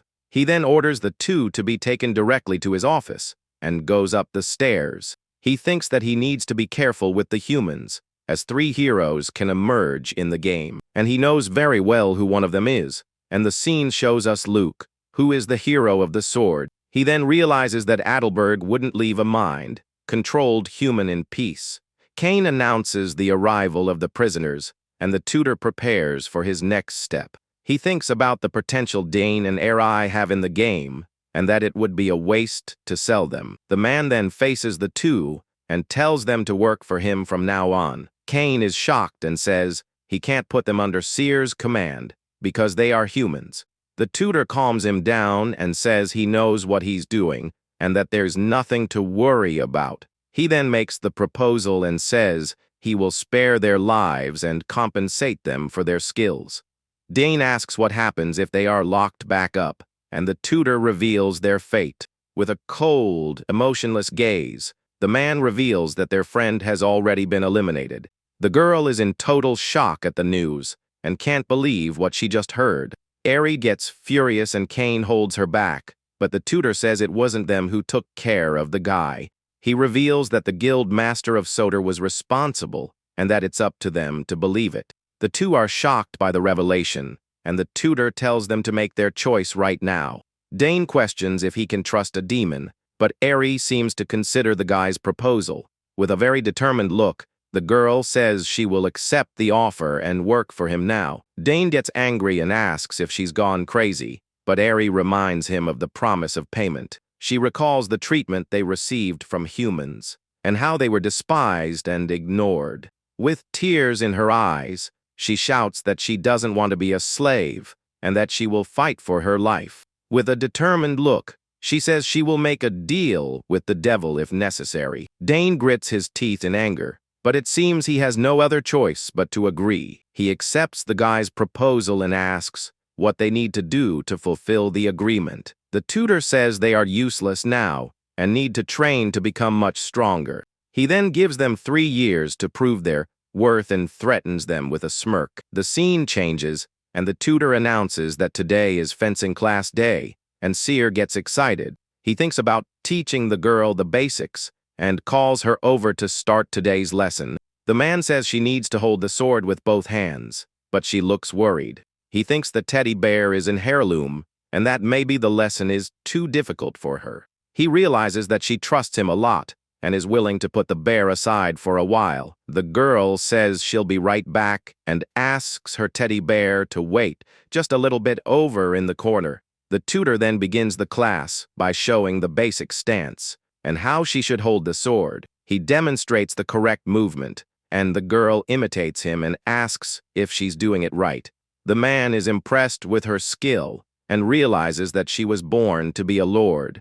He says that today they will focus on the balance of the sword and that she needs to watch closely with a quick and very precise movement. He shows how to make the perfect cut with the sword. The girl is enchanted by the demonstration, and the tutor says that now it's her turn to try. She then gets into the proper position and prepares to imitate the movement her teacher made. A red aura envelopes her body, and she prepares for the attack with all her strength. With a single swing, the girl creates a giant crater in the ground and greatly shocks her tutor. The man's jaw drops, and he can't believe the power his student actually has. He is surprised by the sword's power and sees that it increases all stats by 500%. The girl asks if she did it right, and the tutor praises her, stuttering from how shocked he was. He then suggests ending the class for today and says they will use wooden swords next time. The girl then changes the subject and seems to have something important to tell him now. She reveals that she saw humans entering the castle and that a woman was among them in the group. He explains that they are not his disciples, but are studying on their own there. The girl accuses him of lying and reminds him that he also teaches Citri how to fight with a sword. With her eyes shining, she asks if he will always be her teacher and only hers. He smiles and assures her that she is his only disciple and that he will always be by her side. The little lord is very happy with the answer, and suddenly Cain arrives to speak with him. The butler whispers that Seer's birthday is coming up, and the tutor is very surprised. Back in the room, the man sighs and says he has a concern, and Citri appears out of nowhere. She gets annoyed and asks if he had to say that now, and the tutor looks at her, confused. He ignores her comment, and Citri stands up and offers to help with the problem. She asks if it's about Seer, and if they fought, but he denies the accusation immediately. Citri sees a chance to hire him, and the man reveals that her birthday is coming up. She laughs and tells him to stop with the useless thoughts, because she's not leaving the 72nd floor. Citri then lists the things Seer likes, and the tutor thinks it's all too simple. He explains that to reach the end of the game, favorability is as important as growth. He remembers the crown the girl picked up and thinks that shiny things are the best. Citri suggests that he make the crown fit her, and the man agrees that it's a great idea. He then ignores the girl and thinks about how to get the crown without anyone noticing anything. The scene changes, and the tutor gets ready to put his birthday plan into action now. He and Cecily walk down the hallway, and the maid asks if Seer really went for a snack. She confirms that the girl is eating pudding, and that she volunteered for the secret operation. The man then opens the door to Seer's room and prepares to get her crown. Suddenly, the girl appears and shouts his name, and the tutor is very startled by the surprise. He asks how she knew, and the girl explains that she can feel her teacher's mana. The maid gets scared and thinks that he was almost discovered because of her failure. Seer asks the reason for the visit, and the tutor makes up an excuse for them to go for a walk. He asks the maid to keep an eye on the place, and she agrees with a confident smile on her face. Outside, Seer is enchanted by the full moon and says that it is very beautiful today. The tutor watches her and thinks that it was a good idea to fix the crown for her gift. He then asks the girl to take care of herself and not get sick like the last time they saw each other. The girl says she likes him and his lessons, and that nothing is difficult for her at the moment. She asks him to teach her more, and the tutor agrees but reminds her of the importance of rest. With a pure smile, she agrees, and he hopes that she never loses that good heart. He watches her with great affection, and a feeling of protection grows inside his heart. Suddenly, a mission complete notification appears, and the tutor invites her to go back. The tutor goes to the workshop and finds Dronzer, who bows and greets him immediately. He shows the crown and asks to reduce its size without changing its original design. The blacksmith accepts the job, and the tutor asks for it to be done in a week as a secret. The man then asks about the research, and the artisan reveals that he already has a prototype ready. The tutor encourages him and says he will eagerly await the result of his work. With the gift ready, he thinks that now all that's left is to prepare the birthday party. Suddenly, he hears crying and sees Seer on the floor with two maids by her side. One of them offers a pudding, but the girl shouts no and refuses the dessert on the spot. Tutor and the maid are shocked to see the scene and don't understand what happened there. The other maid is also stunned and can't believe she refused the pudding. With tears in her eyes, the girl calls for her teacher with a voice full of crying and sadness. Suddenly, the tutor appears out of nowhere, and the girl runs to hug him with all her might. He comforts her and asks why she is crying and what happened to her there. The maids explain that she was looking for him and thought he had gone away forever. The man apologizes for leaving without saying goodbye and invites her to come inside and talk a bit. He calms her down and asks what worried her so much that it made her cry like that. With her eyes full of tears, she reveals that she was afraid her teacher would leave. He reassures her and promises to take care of her until she grows up and becomes a strong queen. The girl then asks fearfully if he will leave her when she takes the throne one day. The tutor thinks that he can't reveal his true goal of returning to his world. He lies and says he will stay by her side forever, and the girl calms down a little. He invites her to eat pudding, and she accepts, but a dark voice warns her about the lie. She realizes he will leave when he achieves his goal, and that she can't let that happen. With a very determined look, she decides that she will try her best so that he never abandons her.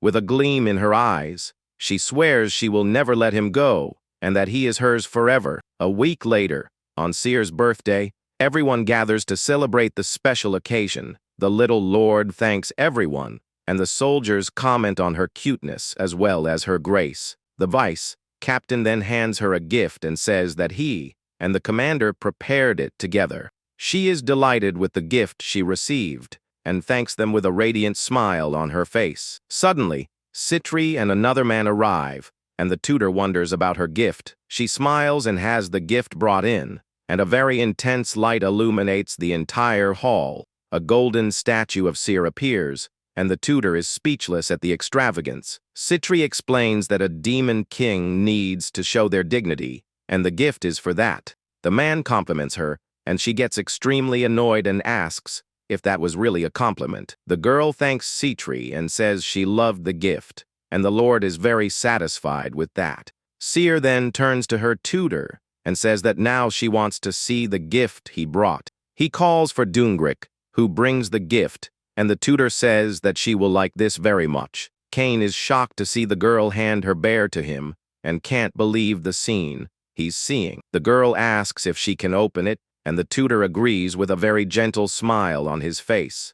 With her eyes shining with joy, she opens the box and is enchanted by what she sees inside. The crown, now adjusted to her size, shines with a real and super majestic splendor. The tutor congratulates her, and she thanks him with a radiant smile and a heart full of joy. In a shop, a guy is shocked by the quality of the items and asks where they came from. The shop owner is surprised by the quality of the sword and didn't expect it to be so good. Another merchant offers double the price, but the exclusivity contract prevents it. The man is shocked to learn about the monopoly, and the shop owner warns him to get ready soon. Elsewhere, a guy asks how things are going, and his subordinate says there are no problems. He questions whether that is right, but his master assures him they will love the idea. Back at the castle, the tutor receives a letter from Bennett and becomes interested in the auction idea. Kane says he's using his head, but the tutor thinks it's boring to go just as a spectator. With a slight smirk, he decides to take the two new subordinates to the event. Days later, at Bennett's shop, Seer is impressed by the size of the place and its beauty. The girl is enchanted by the shiny things, and the two humans wonder about her. Bennett welcomes them, and the tutor asks to see the magic tools he has in the shop. While going up the stairs, the shop owner approaches and calls the tutor over to talk. He asks about the humans, but the man says it's none of his business and completely ignores him. The tutor enters a room and prepares to show the tools to the new apprentices. The room is full of high-quality magic weapons and armor with an intense glow. The two are shocked by the level of the items and can't believe what their eyes are seeing. The man says they can choose one item, and the two get excited about the unexpected offer. Eri then shows a ring and asks if she can keep it as a gift from her new master. The tutor explains that it's an artifact for storing mana and that it's safe for humans. Seer gets jealous and wonders if she did something wrong for her teacher to ignore her. The man then invites her to choose an item too, and she accepts with a smile on her face. She chooses a shiny necklace and says she wants it because it's the most beautiful of all in the room. The tutor sees that it has a protection spell and thinks it's a great choice for the girl. He then orders that the payment be made by the 72nd floor and that they choose one more. He then asks how much time they have left, and the shop owner assures him they'll arrive on time. The man then calls for them to leave, and the two humans are surprised by his attitude. At the auction, the auctioneer announces the next item and prepares for the opening bid of the night. He then announces the humans as prisoners with an opening bid of 5 gold coins. Eri is shocked, and Dane realizes that this is a warning for them not to rebel. The tutor thinks that Bennett used his head by using an auction to solve the problem. Seer asks why they are selling the humans, and the tutor looks at her attentively. He explains that he needs subordinates and that he trusts the humans for this difficult task. With an innocent smile, the girl says she trusts him and will believe his words. The man then turns to Dane and Eri and asks if they regret their choice.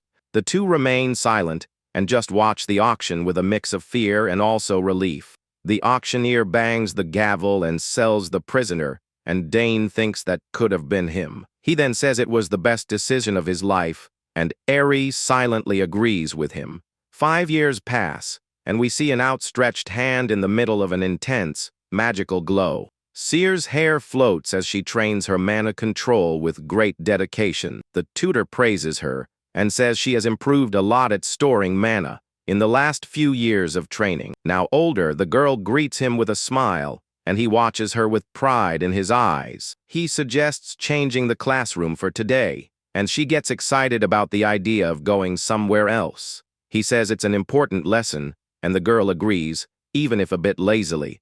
The tutor then asks if she knows what day it is, and she denies it with great curiosity. He reveals that it's the end of the exclusivity contract, and the girl is surprised by the news. She says they have enough distribution channels and don't need them anymore. The man explains that giving them hope of negotiation will secure better terms. He praises her for her good judgment and says he will give advantages to existing partners. She then changes the subject and comments on the current uproar in the human kingdom. The Northern War between the Alliance and the Empire allows players to get stronger. The tutor remembers his initial plan and asks if the girl remembers what he said. She then recalls that his goal was to destroy Dantalion's credit in the market. With a slight smirk, he says that now is the time to act with full force, for real. In a room, the trio meets with the merchants and announces they will not be renewing the contract. In return, he makes a new proposal and shows a bag with a super mysterious glow. He then shows the contents to the merchants, who are shocked by what they see. He explains that in exchange for the rumors, they will provide more prisoners. The merchant doubts the information, and the tutor glares at him with a very threatening look. He realizes that spreading the rumor will make Dantalion an enemy, but the other option is worse. Seer gets worried, but the tutor says that if they refuse, he will find other partners. The merchant knows that business with him is vital and that he cannot refuse the offer. He and his partners accept the proposal, and Citri questions the truth of the information. She says Dantalion is not careless, and the tutor gets annoyed with her distrust. Citri defends herself and says she won't go to the 72nd floor because of that girl. With a dark look, the girl glares at her, and Citri gives in and asks what she should do.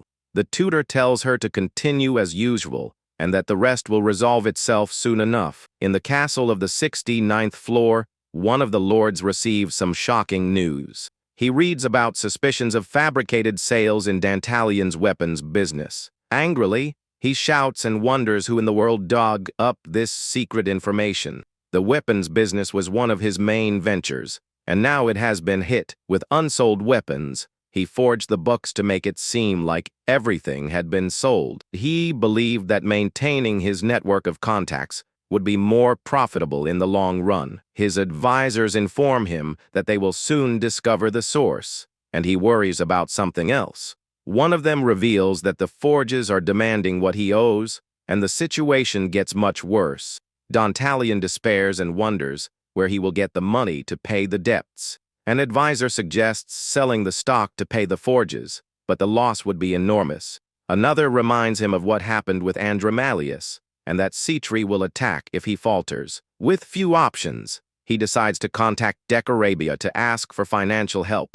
The tutor watches everything from afar and is amused by his enemy's struggle to survive. In Nain's new office, he and Seer discuss Dantalion's current situation in the realm. He explains that Decorabia will squeeze every last coin out of him to help him stay afloat. The girl asks how he knew about the stockpiles, and he reveals it was thanks to Dane. He praises the humans, and Seer gets annoyed with the attention he's giving them now. She denies being jealous and says it's because he's paying too much attention to them lately. The tutor calms her down and says she will always be his student and the only one who matters to him. He then asks for her opinion on the situation, and she says it's the perfect bait. With a smile, he agrees and asks her to call the commander for a new mission. In the throne room, Seer summons Commander El Raza for an important audience.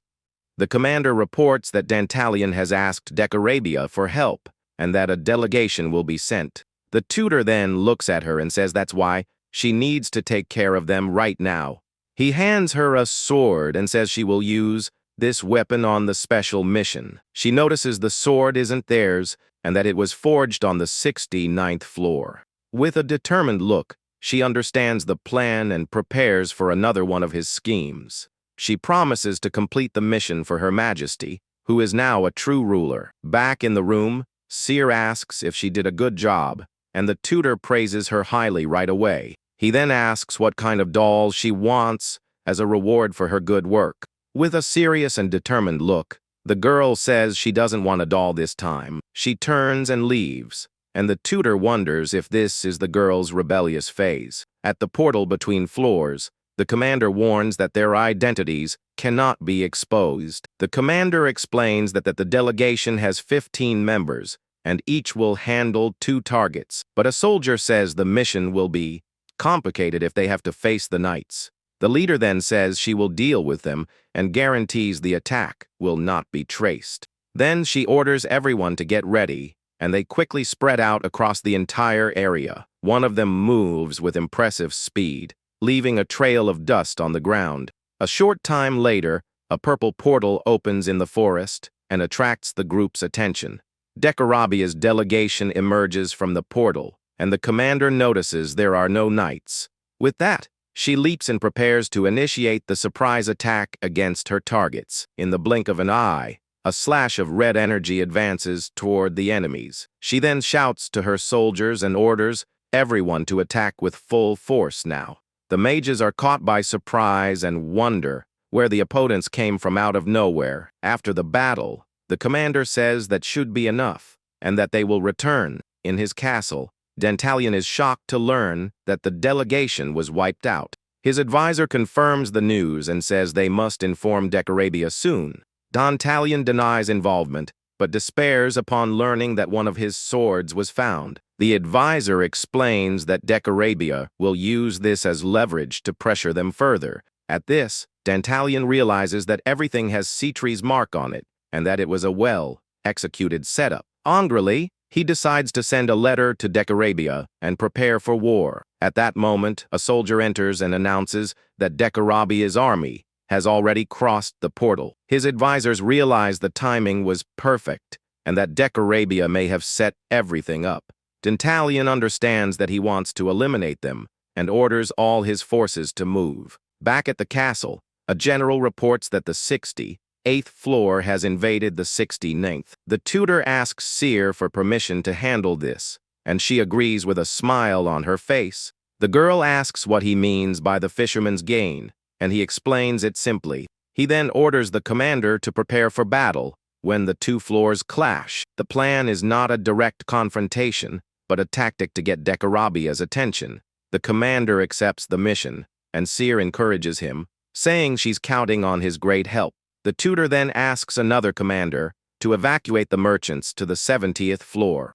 He explains that merchants seek out the 69th floor for its safety and treatment, but now that Dantalion has deceived them and war has begun, the place is no longer safe for them. With a smile, he says it's the perfect chance to destroy the trust in Dantalion. Seer asks about Citri's approval, but the tutor assures her that he won't care. She then understands that if everything goes right, Dantalion will fall on his own without much effort. The two commanders bow and leave the throne room to begin preparations. The tutor notices that Seer is thoughtful, and she says she suddenly had a great idea. She suggests they take down the 69th floor themselves, but he thinks it's risky. The girl insists she can do it, and that she has trained a lot and learned magic from him. He denies the request and says it's not yet her time to go to the battlefield to fight. She gets annoyed and asks how much longer she'll have to wait to finally fight. The man thinks that she's right, and that no demon lord could defeat her now, but he worries about her safety because she is still a child and could get hurt. He asks her to be patient and promises she will lead when the 70th floor is taken. In return, he offers her a wish, and the girl gets excited about the unexpected proposal.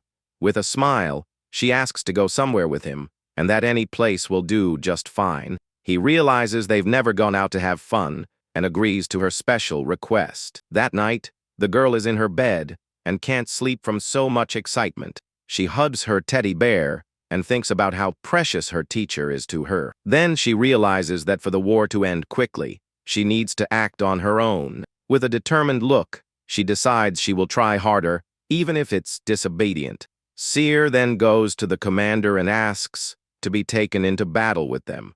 The girl says that as a ruler, she has the right to lead her troops in combat. The commander thinks about how Her Majesty has improved and learned ancient magic from the master. She recognizes her value in battle, but still denies the young queen's request. Seer gets annoyed and asks who she really serves if not her own queen. With a serious look, she says her orders come first and faces the commander. Rin yields and says that her command takes precedence, and Seer invites her to join. The commander asks her not to overdo it, and the girl says she got the message. With a worried look, she reminds the girl of her promise to take care of herself in battle.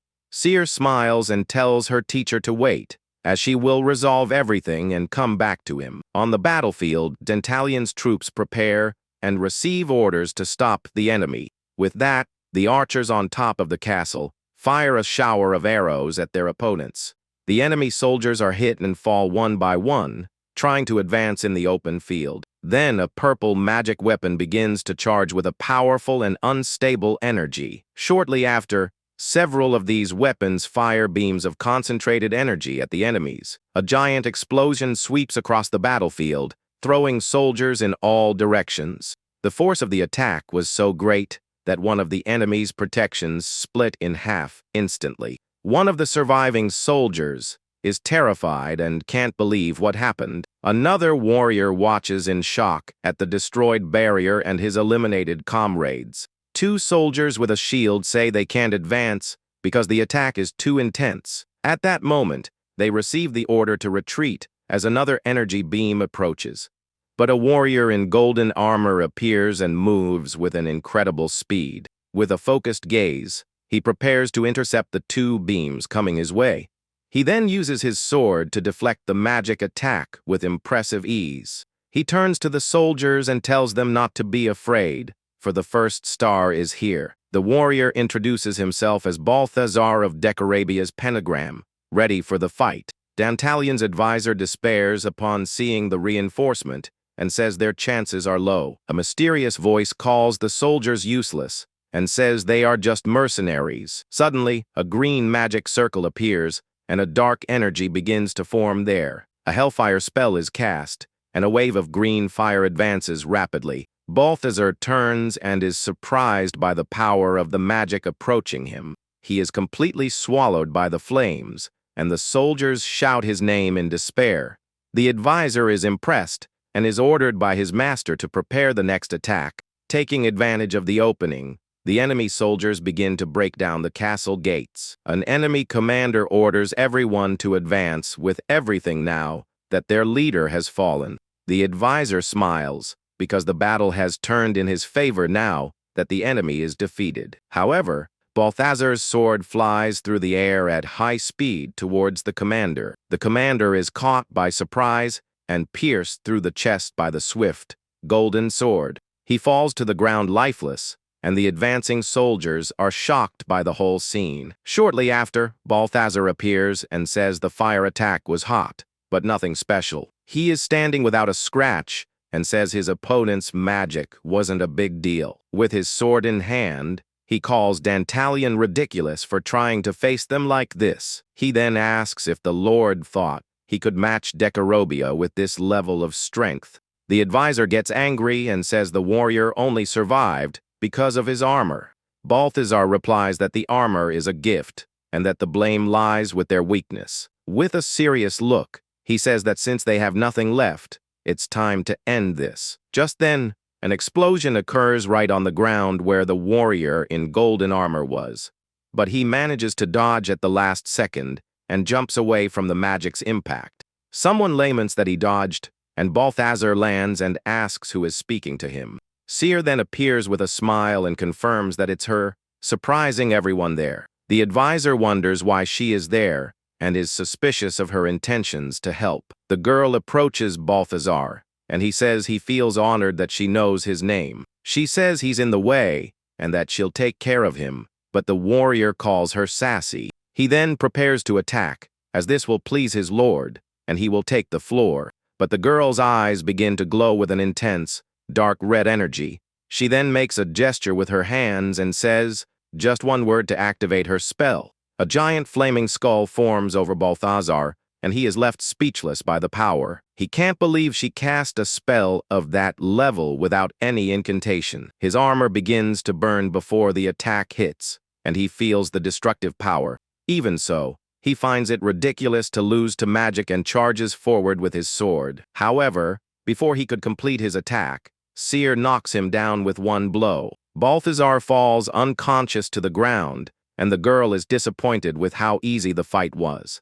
The advisor is shocked because he couldn't even see her movements. They were so fast. Commander Lin arrives on the battlefield and calls out for Her Majesty, worried. She asks what the queen was thinking, advancing alone, and Seer greets her. With a surprised look, the commander notices the fallen warrior and recognizes him instantly. Another soldier is impressed by the feat, and the commander tells him to be quiet and warns the queen. The girl asks why and says they just need to eliminate all the enemies to solve the problem. The commander explains that those aren't all of them, and that the other group members will come. With a wicked smile, Seer suggests blaming Dantalion and pretending they came to help. The advisor watches the scene from afar and feels a frightening aura coming from the two of them. The commander questions the plan, but the girl says they can force an agreement with Dantalion. She then remembers that her master taught her not to hesitate, and the commander praises her learning. With a smile, the queen asks the commander to take care of the soldiers, and she agrees to the order. Under the queen's orders, all forces prepare to annihilate the remaining enemies. Dantalion and his men see the reinforcement, and he already thinks about the reward, but the advisor doesn't. Meanwhile, Seer begins to accumulate a large amount of magical energy in her body. She then raises her hand and creates a dark, purple sphere of energy with immense power. She then launches the sphere towards the castle, while those on top watch. The attack hits the castle with full force, and a shower of purple lightning destroys everything. The advisor screams in despair and wonders why she is attacking them too. She says she protected the castle, so she has the right to do whatever she wants with the place. He understands her intention and prepares to attack with his own magic. But his spell fails, and he wonders why his magic isn't working properly. He then realizes she has mastered dissipation magic, and she gives him a choice. She says he can either join her or be destroyed with the castle, and he reflects. He thinks he could meet the same fate, and that it's better to ally with her right now. He gives in and asks her to stop, but the girl scolds him for the way he spoke. She smiles, satisfied, and suggests they draft the peace treaty immediately. In a conference room, the group gathers to finalize the details of the agreement. The commander asks if she is sure and reminds her. It's the first time she has disobeyed. Seer gets nervous and wonders if her master will be angry about her disobedience. Suddenly, the tutor enters the room with a dark look and calls her name seriously. Everyone in the room falls silent and looks at him with a mix of fear and surprise. With an angry look, he approaches the girl, who calls him master, frightened. She tries to explain, but he interrupts her with a swift and unexpected gesture. The tutor hugs her tightly, with evident relief on his worried and tense face. He says she is safe and that he is relieved to find her well and unharmed. She is surprised by his reaction and apologizes for her earlier disobedience. Elsewhere, a man informs the tutor that the queen has gone to the battlefield. The master is shocked and can't believe she disobeyed him and runs after her. He wonders what he did wrong but realizes that her safety is what's important now. He fears she might have gotten hurt and hurries to get to the battlefield. The tutor arrives and calls her name, and the girl turns, surprised to see him there suddenly. She is speechless and tries to explain, stammering before his serious gaze, but he hugs her and says she is safe, leaving the girl confused and relieved. She calls him teacher and feels guilty for having worried him so much with her actions.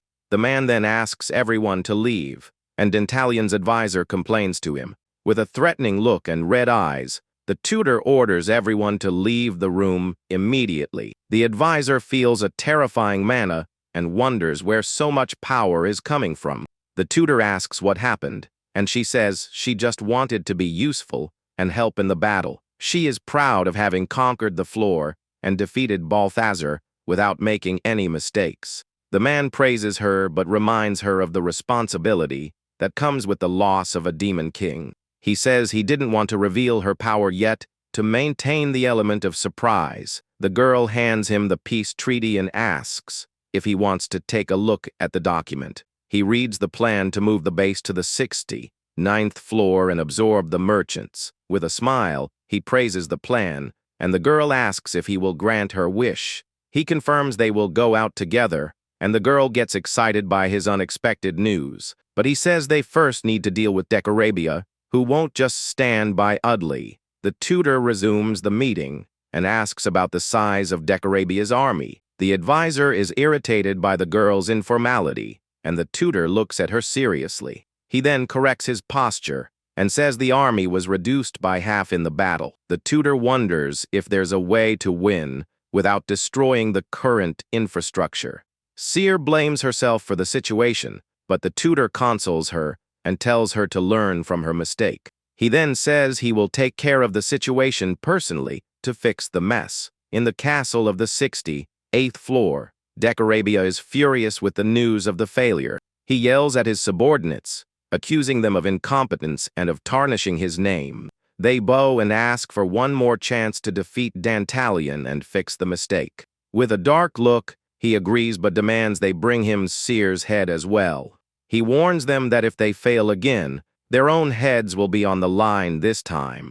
Later, one of the subordinates admits he only said that to survive the moment. Another asks if he has a plan, but he denies it and laments the loss of Balthazar. A winged woman complains about having to fight elsewhere and argues with her colleague. Another defends her and says that retreating against Ren El Raza wasn't a bad choice after all. He is surprised by the young demon queen's strength and suggests eliminating her soon. One of the generals says they are still more numerous and can win with brute force. Another says that Citri might be their ally but won't risk getting into a war. They agree to attack first and prepare for battle when something happens. A soldier enters and announces that the enemy is attacking, surprising everyone. Elsewhere, the tutor and the commander are walking, and he praises her work greatly. The commander asks if they can win without Citri's support, and he says he doesn't know. She is surprised because he always has a plan and never acts without a good reason. He admits he used to be like that, but now the situation is more complicated. She asks why he is taking such a big risk, and he says it's to minimize losses. The tutor then orders her to stay with the soldiers, and the commander worries about him. She asks if he is going alone, and he denies it, touching her shoulder to calm her down a bit. He reveals that he is taking the 2 humans with him, and she is surprised by the decision. The man says he knows she doesn't trust them, and that today is the day to test them. He turns to the 2 of them and asks them to prove their worth and show their growth. He wonders if he can do this, as he only won against the other because of the surprise attack. He feels the anxiety of uncertainty and knows his body is strong but doesn't know its limits. This same anxiety made him retreat before, and he knows he won't get a second chance. One of the humans warns that there are enemies ahead, and the tutor sees the large reception. He observes the valley and sees that the enemies are scattered throughout the rocky area. With a determined look, he orders the 2 to help him, and they advance into battle. The enemy scouts report the arrival of a group beyond the valley and prepare to fight. But they realize there is only one person and wonder if they are seeing correctly. The 2 generals agree it's a trap and decide to send scouts to investigate. One of the generals thinks they fled, but the other says an ambush is more likely. She denies it and says she doesn't feel any mana and that they must have fled in fear of them. One of the generals believes they may have avoided using magic because of Rubia's presence. Angrily, she decides to go alone and advances at high speed into the deserted valley. Her companions worry but trust in her defensive magic to protect her. Rubia flies towards the tutor and complains about the wingless pests sending scouts. She gets closer and says they should have faced her group head on from the beginning. With a confident look, she prepares to show the terror of the harpies to her opponent. The tutor then whispers a word, and a surprise attack emerges from the ground below her. A stone spike pierces her from below, and she screams in pain from the unexpected blow.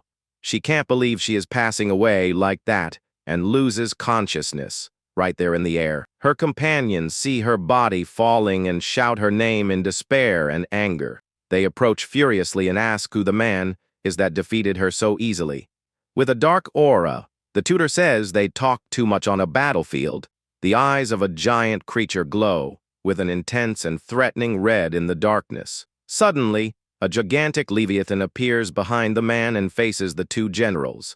The tutor smiles and orders the creature to clean up the mess for him with a simple gesture. He reflects that many factors decide a war, but there is something that changes everything. One of the creature's red eyes glows intensely and stares at the enemies with fury. The tutor knows that an overwhelming force can turn the tide at any moment in battle. He then repeats the order, and the Leviathan prepares to attack with all its might.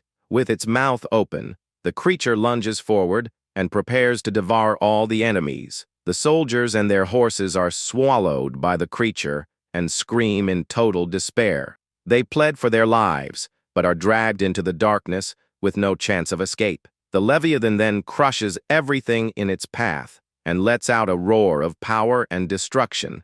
One of the surviving generals is shocked and has never seen power of that level before. He approaches the tutor on his horse and faces him with a mixture of fear and anger. With a slight smirk, the man asks what he thinks he is with an air of mystery. From a distance, Eri and Dane watch the scene, and she asks if they need to intervene now. Dane says no, but that they need to prove their worth, and that this is their choice. He then jumps from a cliff and prepares to enter the battle and help his master. Eri casts a speed spell, and a green aura envelopes Dane to increase his power. He lands with force and advances towards the enemy mages with his dagger in hand. The mages get annoyed by the human's audacity and prepare to attack him. They launch a wave of blue lightning in his direction, and Dane braces for the impact. Eri then casts another spell, and a golden shield appears to protect her companion. The shield successfully blocks the attack,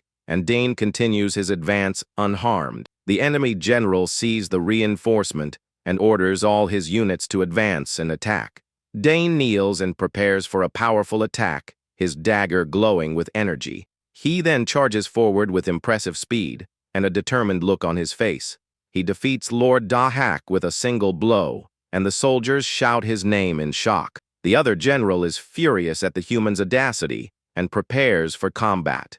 He transforms into a giant dragon and promises to destroy the human with his own hands. The tutor approaches with his sword and tells him to stay focused on the battlefield. With a quick and precise strike, he cuts the dragon in half and defeats it easily. He then turns to Eri and tells her not to lose focus, as Decorabia will be coming soon. The girl is surprised and happy that her spell worked so well in the battle. Suddenly, Seer appears and asks Eri where her teacher is. With curiosity, Eri points to the Leviathan, and Seer realizes that this is her master's work. She is impressed by his power, and Eri says that one day she will be strong too. Eri asks if the master knows she is there, and Seer says she came in secret. The queen then asks if she has strange feelings for her teacher, and Eri apologizes. Eri is confused and asks if that wasn't why she was saying those things. Suddenly, the tutor appears and finds them, leaving everyone surprised by his arrival. Dane gets up and thanks Eri for her help, and she is glad to see him well and safe. The master asks what Seer is doing there, and she says she came to welcome him back from the battle. He smiles and thinks that now that he has cleared the area, it's a good chance for her to gain experience. He says the castle is empty and asks her and the commander to take care of the rest. The tutor then turns to Eri and Dane and praises their good work after 5 years. He promises to give them their own missions and tells them to rest calmly until then. With the floor conquered, he says that all that's left is to find what he's been looking for there. In the castle, Decorabia kneels, defeated and with no strength to continue fighting. Seer and the commander face him, and she comments on how he's not so strong anymore. The commander is impressed by the master's ancient magic and wonders how he learned it. Decorabia curses Seer and says she created a monster, and the commander warns her. Angrily, the girl grabs Decorabia's neck and squeezes it with force and hatred. He despairs and asks what she's going to do with him, and the commander intervenes. She looks at her queen with a serious gaze and reminds her that she must keep him alive. Seer smiles and says she knows that, and that she won't finish him, but will have some fun with him. The commander warns that he'll perish at this rate, and he begs to be put out of his misery soon. The girl is surprised by his weakness and didn't expect him to give in so easily. She then asks the commander to take care of him because her master would hate to see her do this. The girl says thank you, and the tutor suddenly appears and asks the reason for the thanks. She gets startled and says it's nothing, and the master is suspicious of their strange attitude. He then sees Decarabia's body on the floor and approaches to confirm his identity. With a serious look, he says she must be honest, and she apologizes to her teacher. The tutor approaches Decarabia and says she really hurt him quite a bit. He lifts him up and says at least he's not gone, but Decarabia would rather be. The commander asks why he kept him alive, and he says he's not like Dantalion. With a smile, he says he won't let him live, but will use him for his plans. He then asks if Seer knows about the Starstone, and she confirms it's from the floor. The man says he will use Crowley to confirm what Decarabia says about the mines. Seer asks why not capture the others, and he says that demons can't be controlled. He then says it was good, and that he had no idea his strength was so great.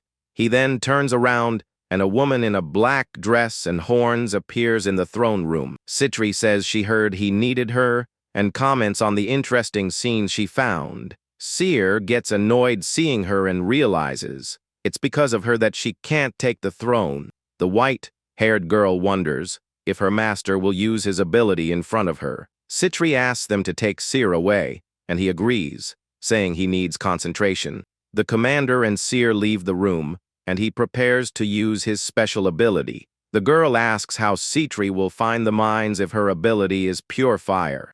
Citri approaches Decarabia and says there's something she would very much like to know from him. She then asks him to reveal the location of the mines, and her eyes glow with power. She says he can tell her everything, and a pink energy envelopes the two in the room. Her power doesn't work on someone of an equal level, but in his state, he will yield. Decarabia reveals the location, and Citri rewards him with a feeling of warmth and pleasure. Citri thanks him for the help, and he says they need a new source of income and an item.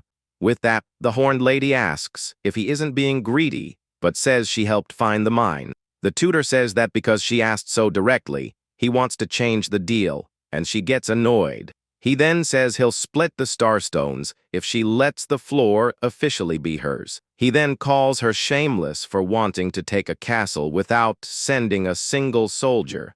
Citri gets nervous and says that if she conquers floors, everyone will keep an eye on her and her power. At this, he smiles and says she's noticed, and the woman gets angry and asks if he thinks she's an idiot. Then he offers half of the production and asks if she accepts the alliance proposal. She extends her hand and thinks that half the production is a risk worth taking right now. Seer then grabs the man's hands from behind and says they have a deal.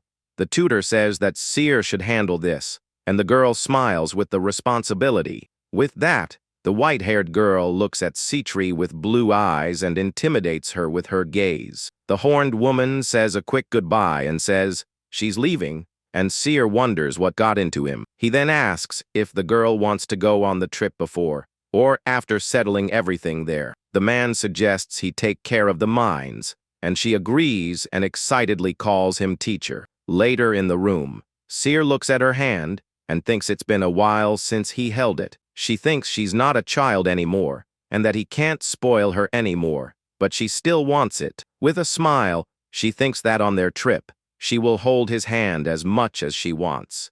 Elsewhere, a winged creature asks if the mine is abandoned and if it can sleep. The tutor explains that he brought it so it could use its ability to differentiate ores.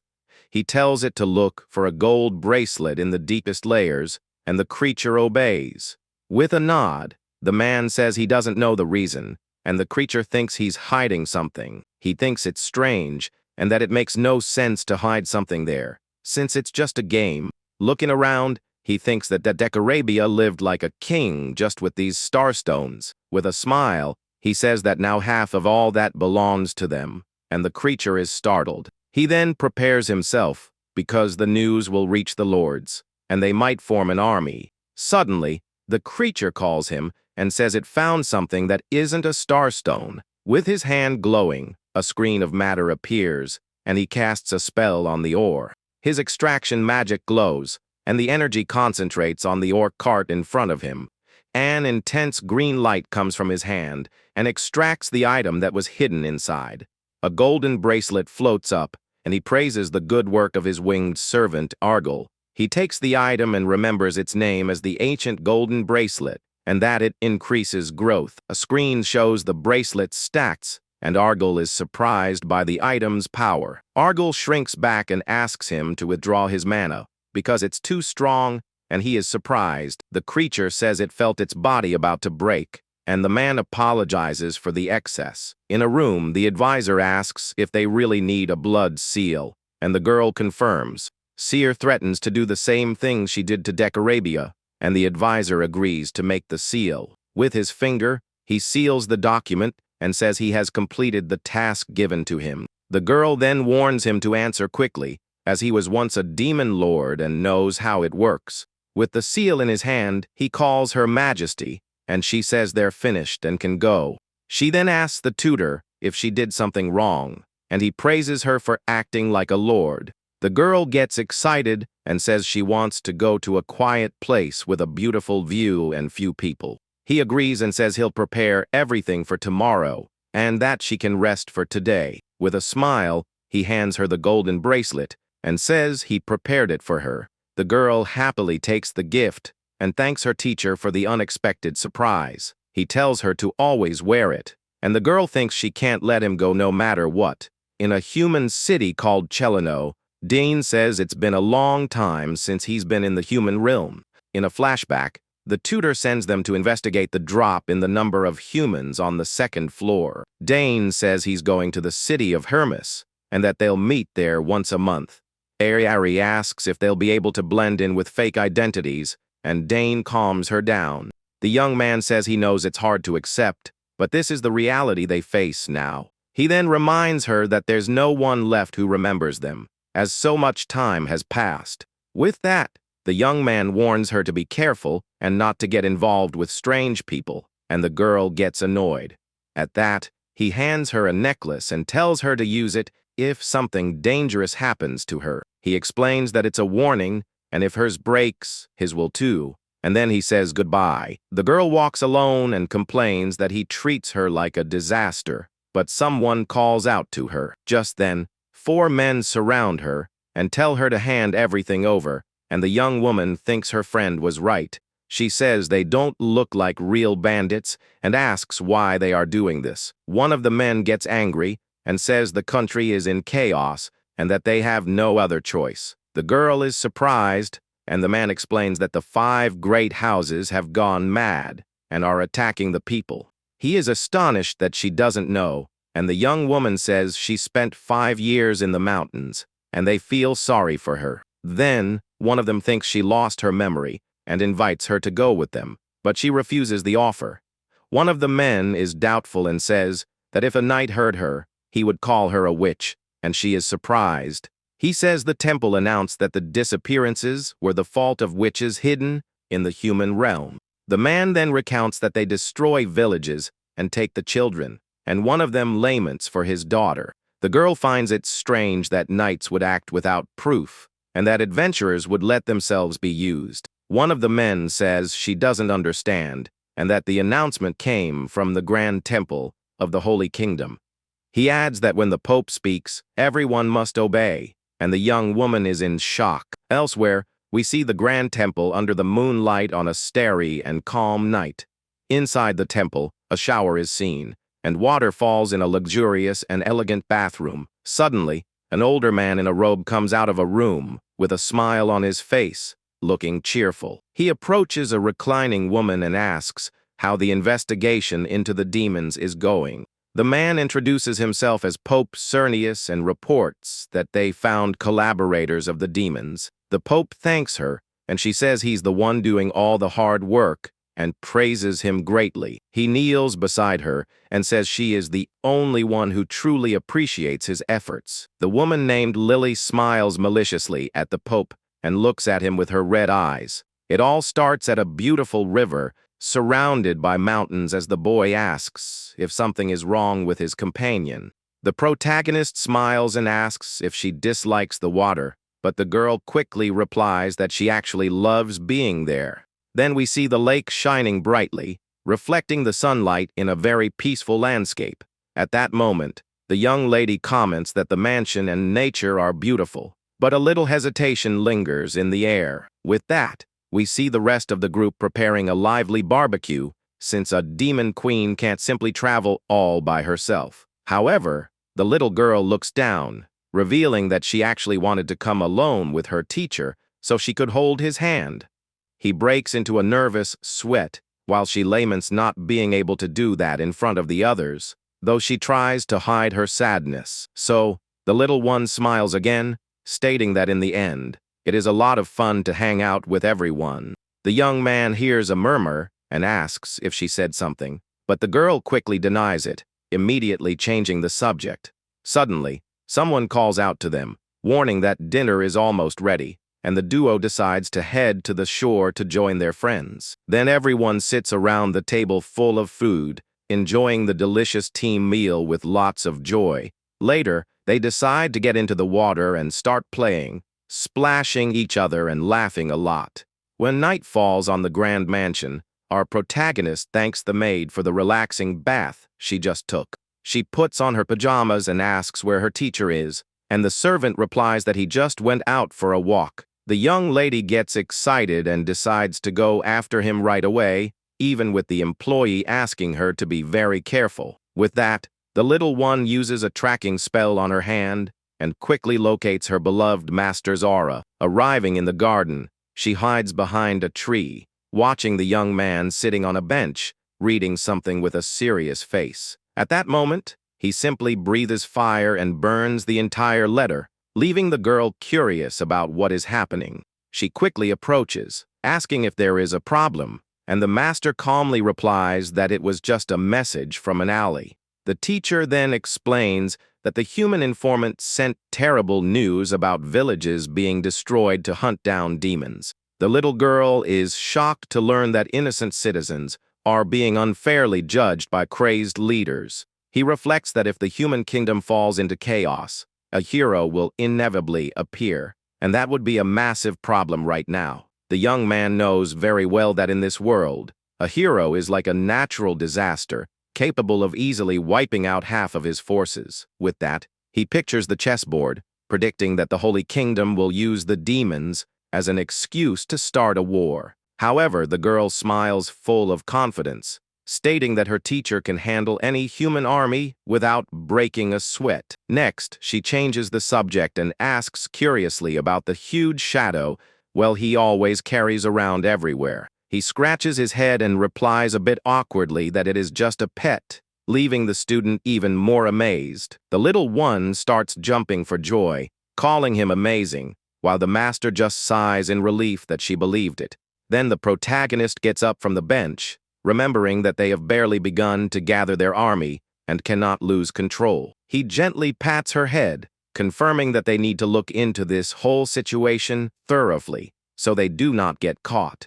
But the little girl pouts, upset, and asks if they really need to think about work right in the middle of their precious vacation. The young man smiles gently and agrees to take a walk with her through the forest, making the little one extremely happy and excited. So, the girl affectionately grabs his arm while the teacher just thinks about how she still acts like a little kid. However, the young lady's gaze changes drastically, revealing a secret obsession that she will never let her beloved master go. Sometime later, we see the two disguised, eating delicious desserts at a luxurious pastry shop in the Holy Kingdom. They use magic to hide their horns and animal ears, ensuring that no human discovers their true identities. The master watches the two, sighing as he remembers that he planned to come alone, but the girls insisted so much on joining him. The little one stuffs herself with cake, her eyes shining with happiness, and soon asks when the human informant will arrive. He replies with a laugh that they just arrived too early, while the girl grumbles, thinking the alley is lazy. At that exact moment, the doors open and a mysterious man enters the room, greeted by the protagonist with a smile.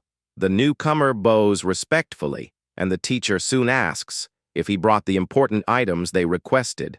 With that, the informant hands over some adventure identification badges, so they can move around the area freely. But the little girl gets annoyed, demanding to have the same rank as her master, only to be calmed down by him, saying they are in a great hurry. She accepts the adventurer badge with a pout, while the young man promises that next time they will have completely equal ranks. The protagonist then turns serious and asks what the actual situation is, and the spy reveals that the kingdom is hunting down the demons.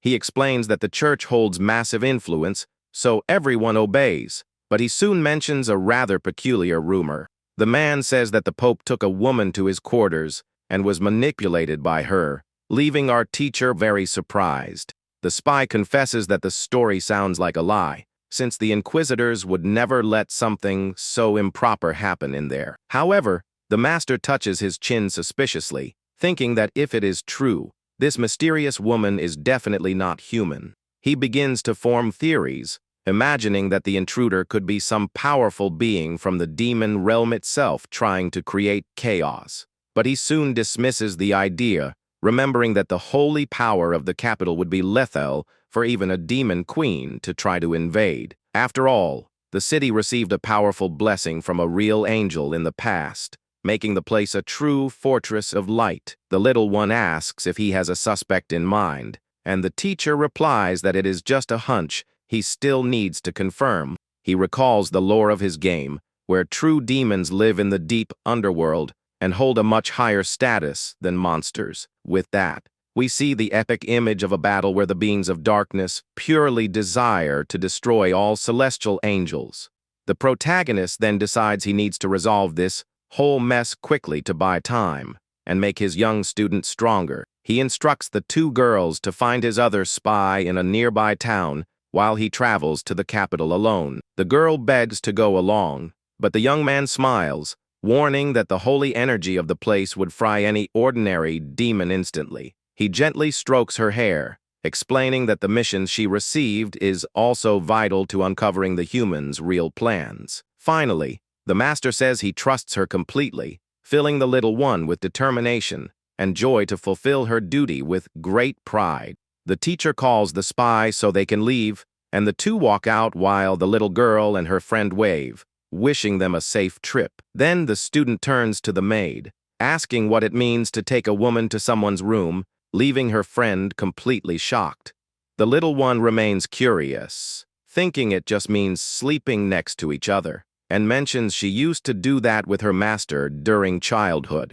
With that, the redhead tries to explain the difference between genders, but the young lady shares that she has also slept next to the young man before, seeing no problem with it. Then the servant realizes that her leader never had any kind of talk about this, and decides to take the chance to explain everything. The friend leans into the little girl's ear, revealing that going to someone's room is just a figure of speech, and begins to whisper the truth. At that moment, the girl turns extremely red and shocked, remembering that her father used to say babies were brought by a magical dragon. The redhead warns that this story was just a lie told to children, leaving the young student quite thoughtful and full of ideas. Thus, the protagonist flashes an excited smile, wondering if those couple-like things could also happen between her and her teacher.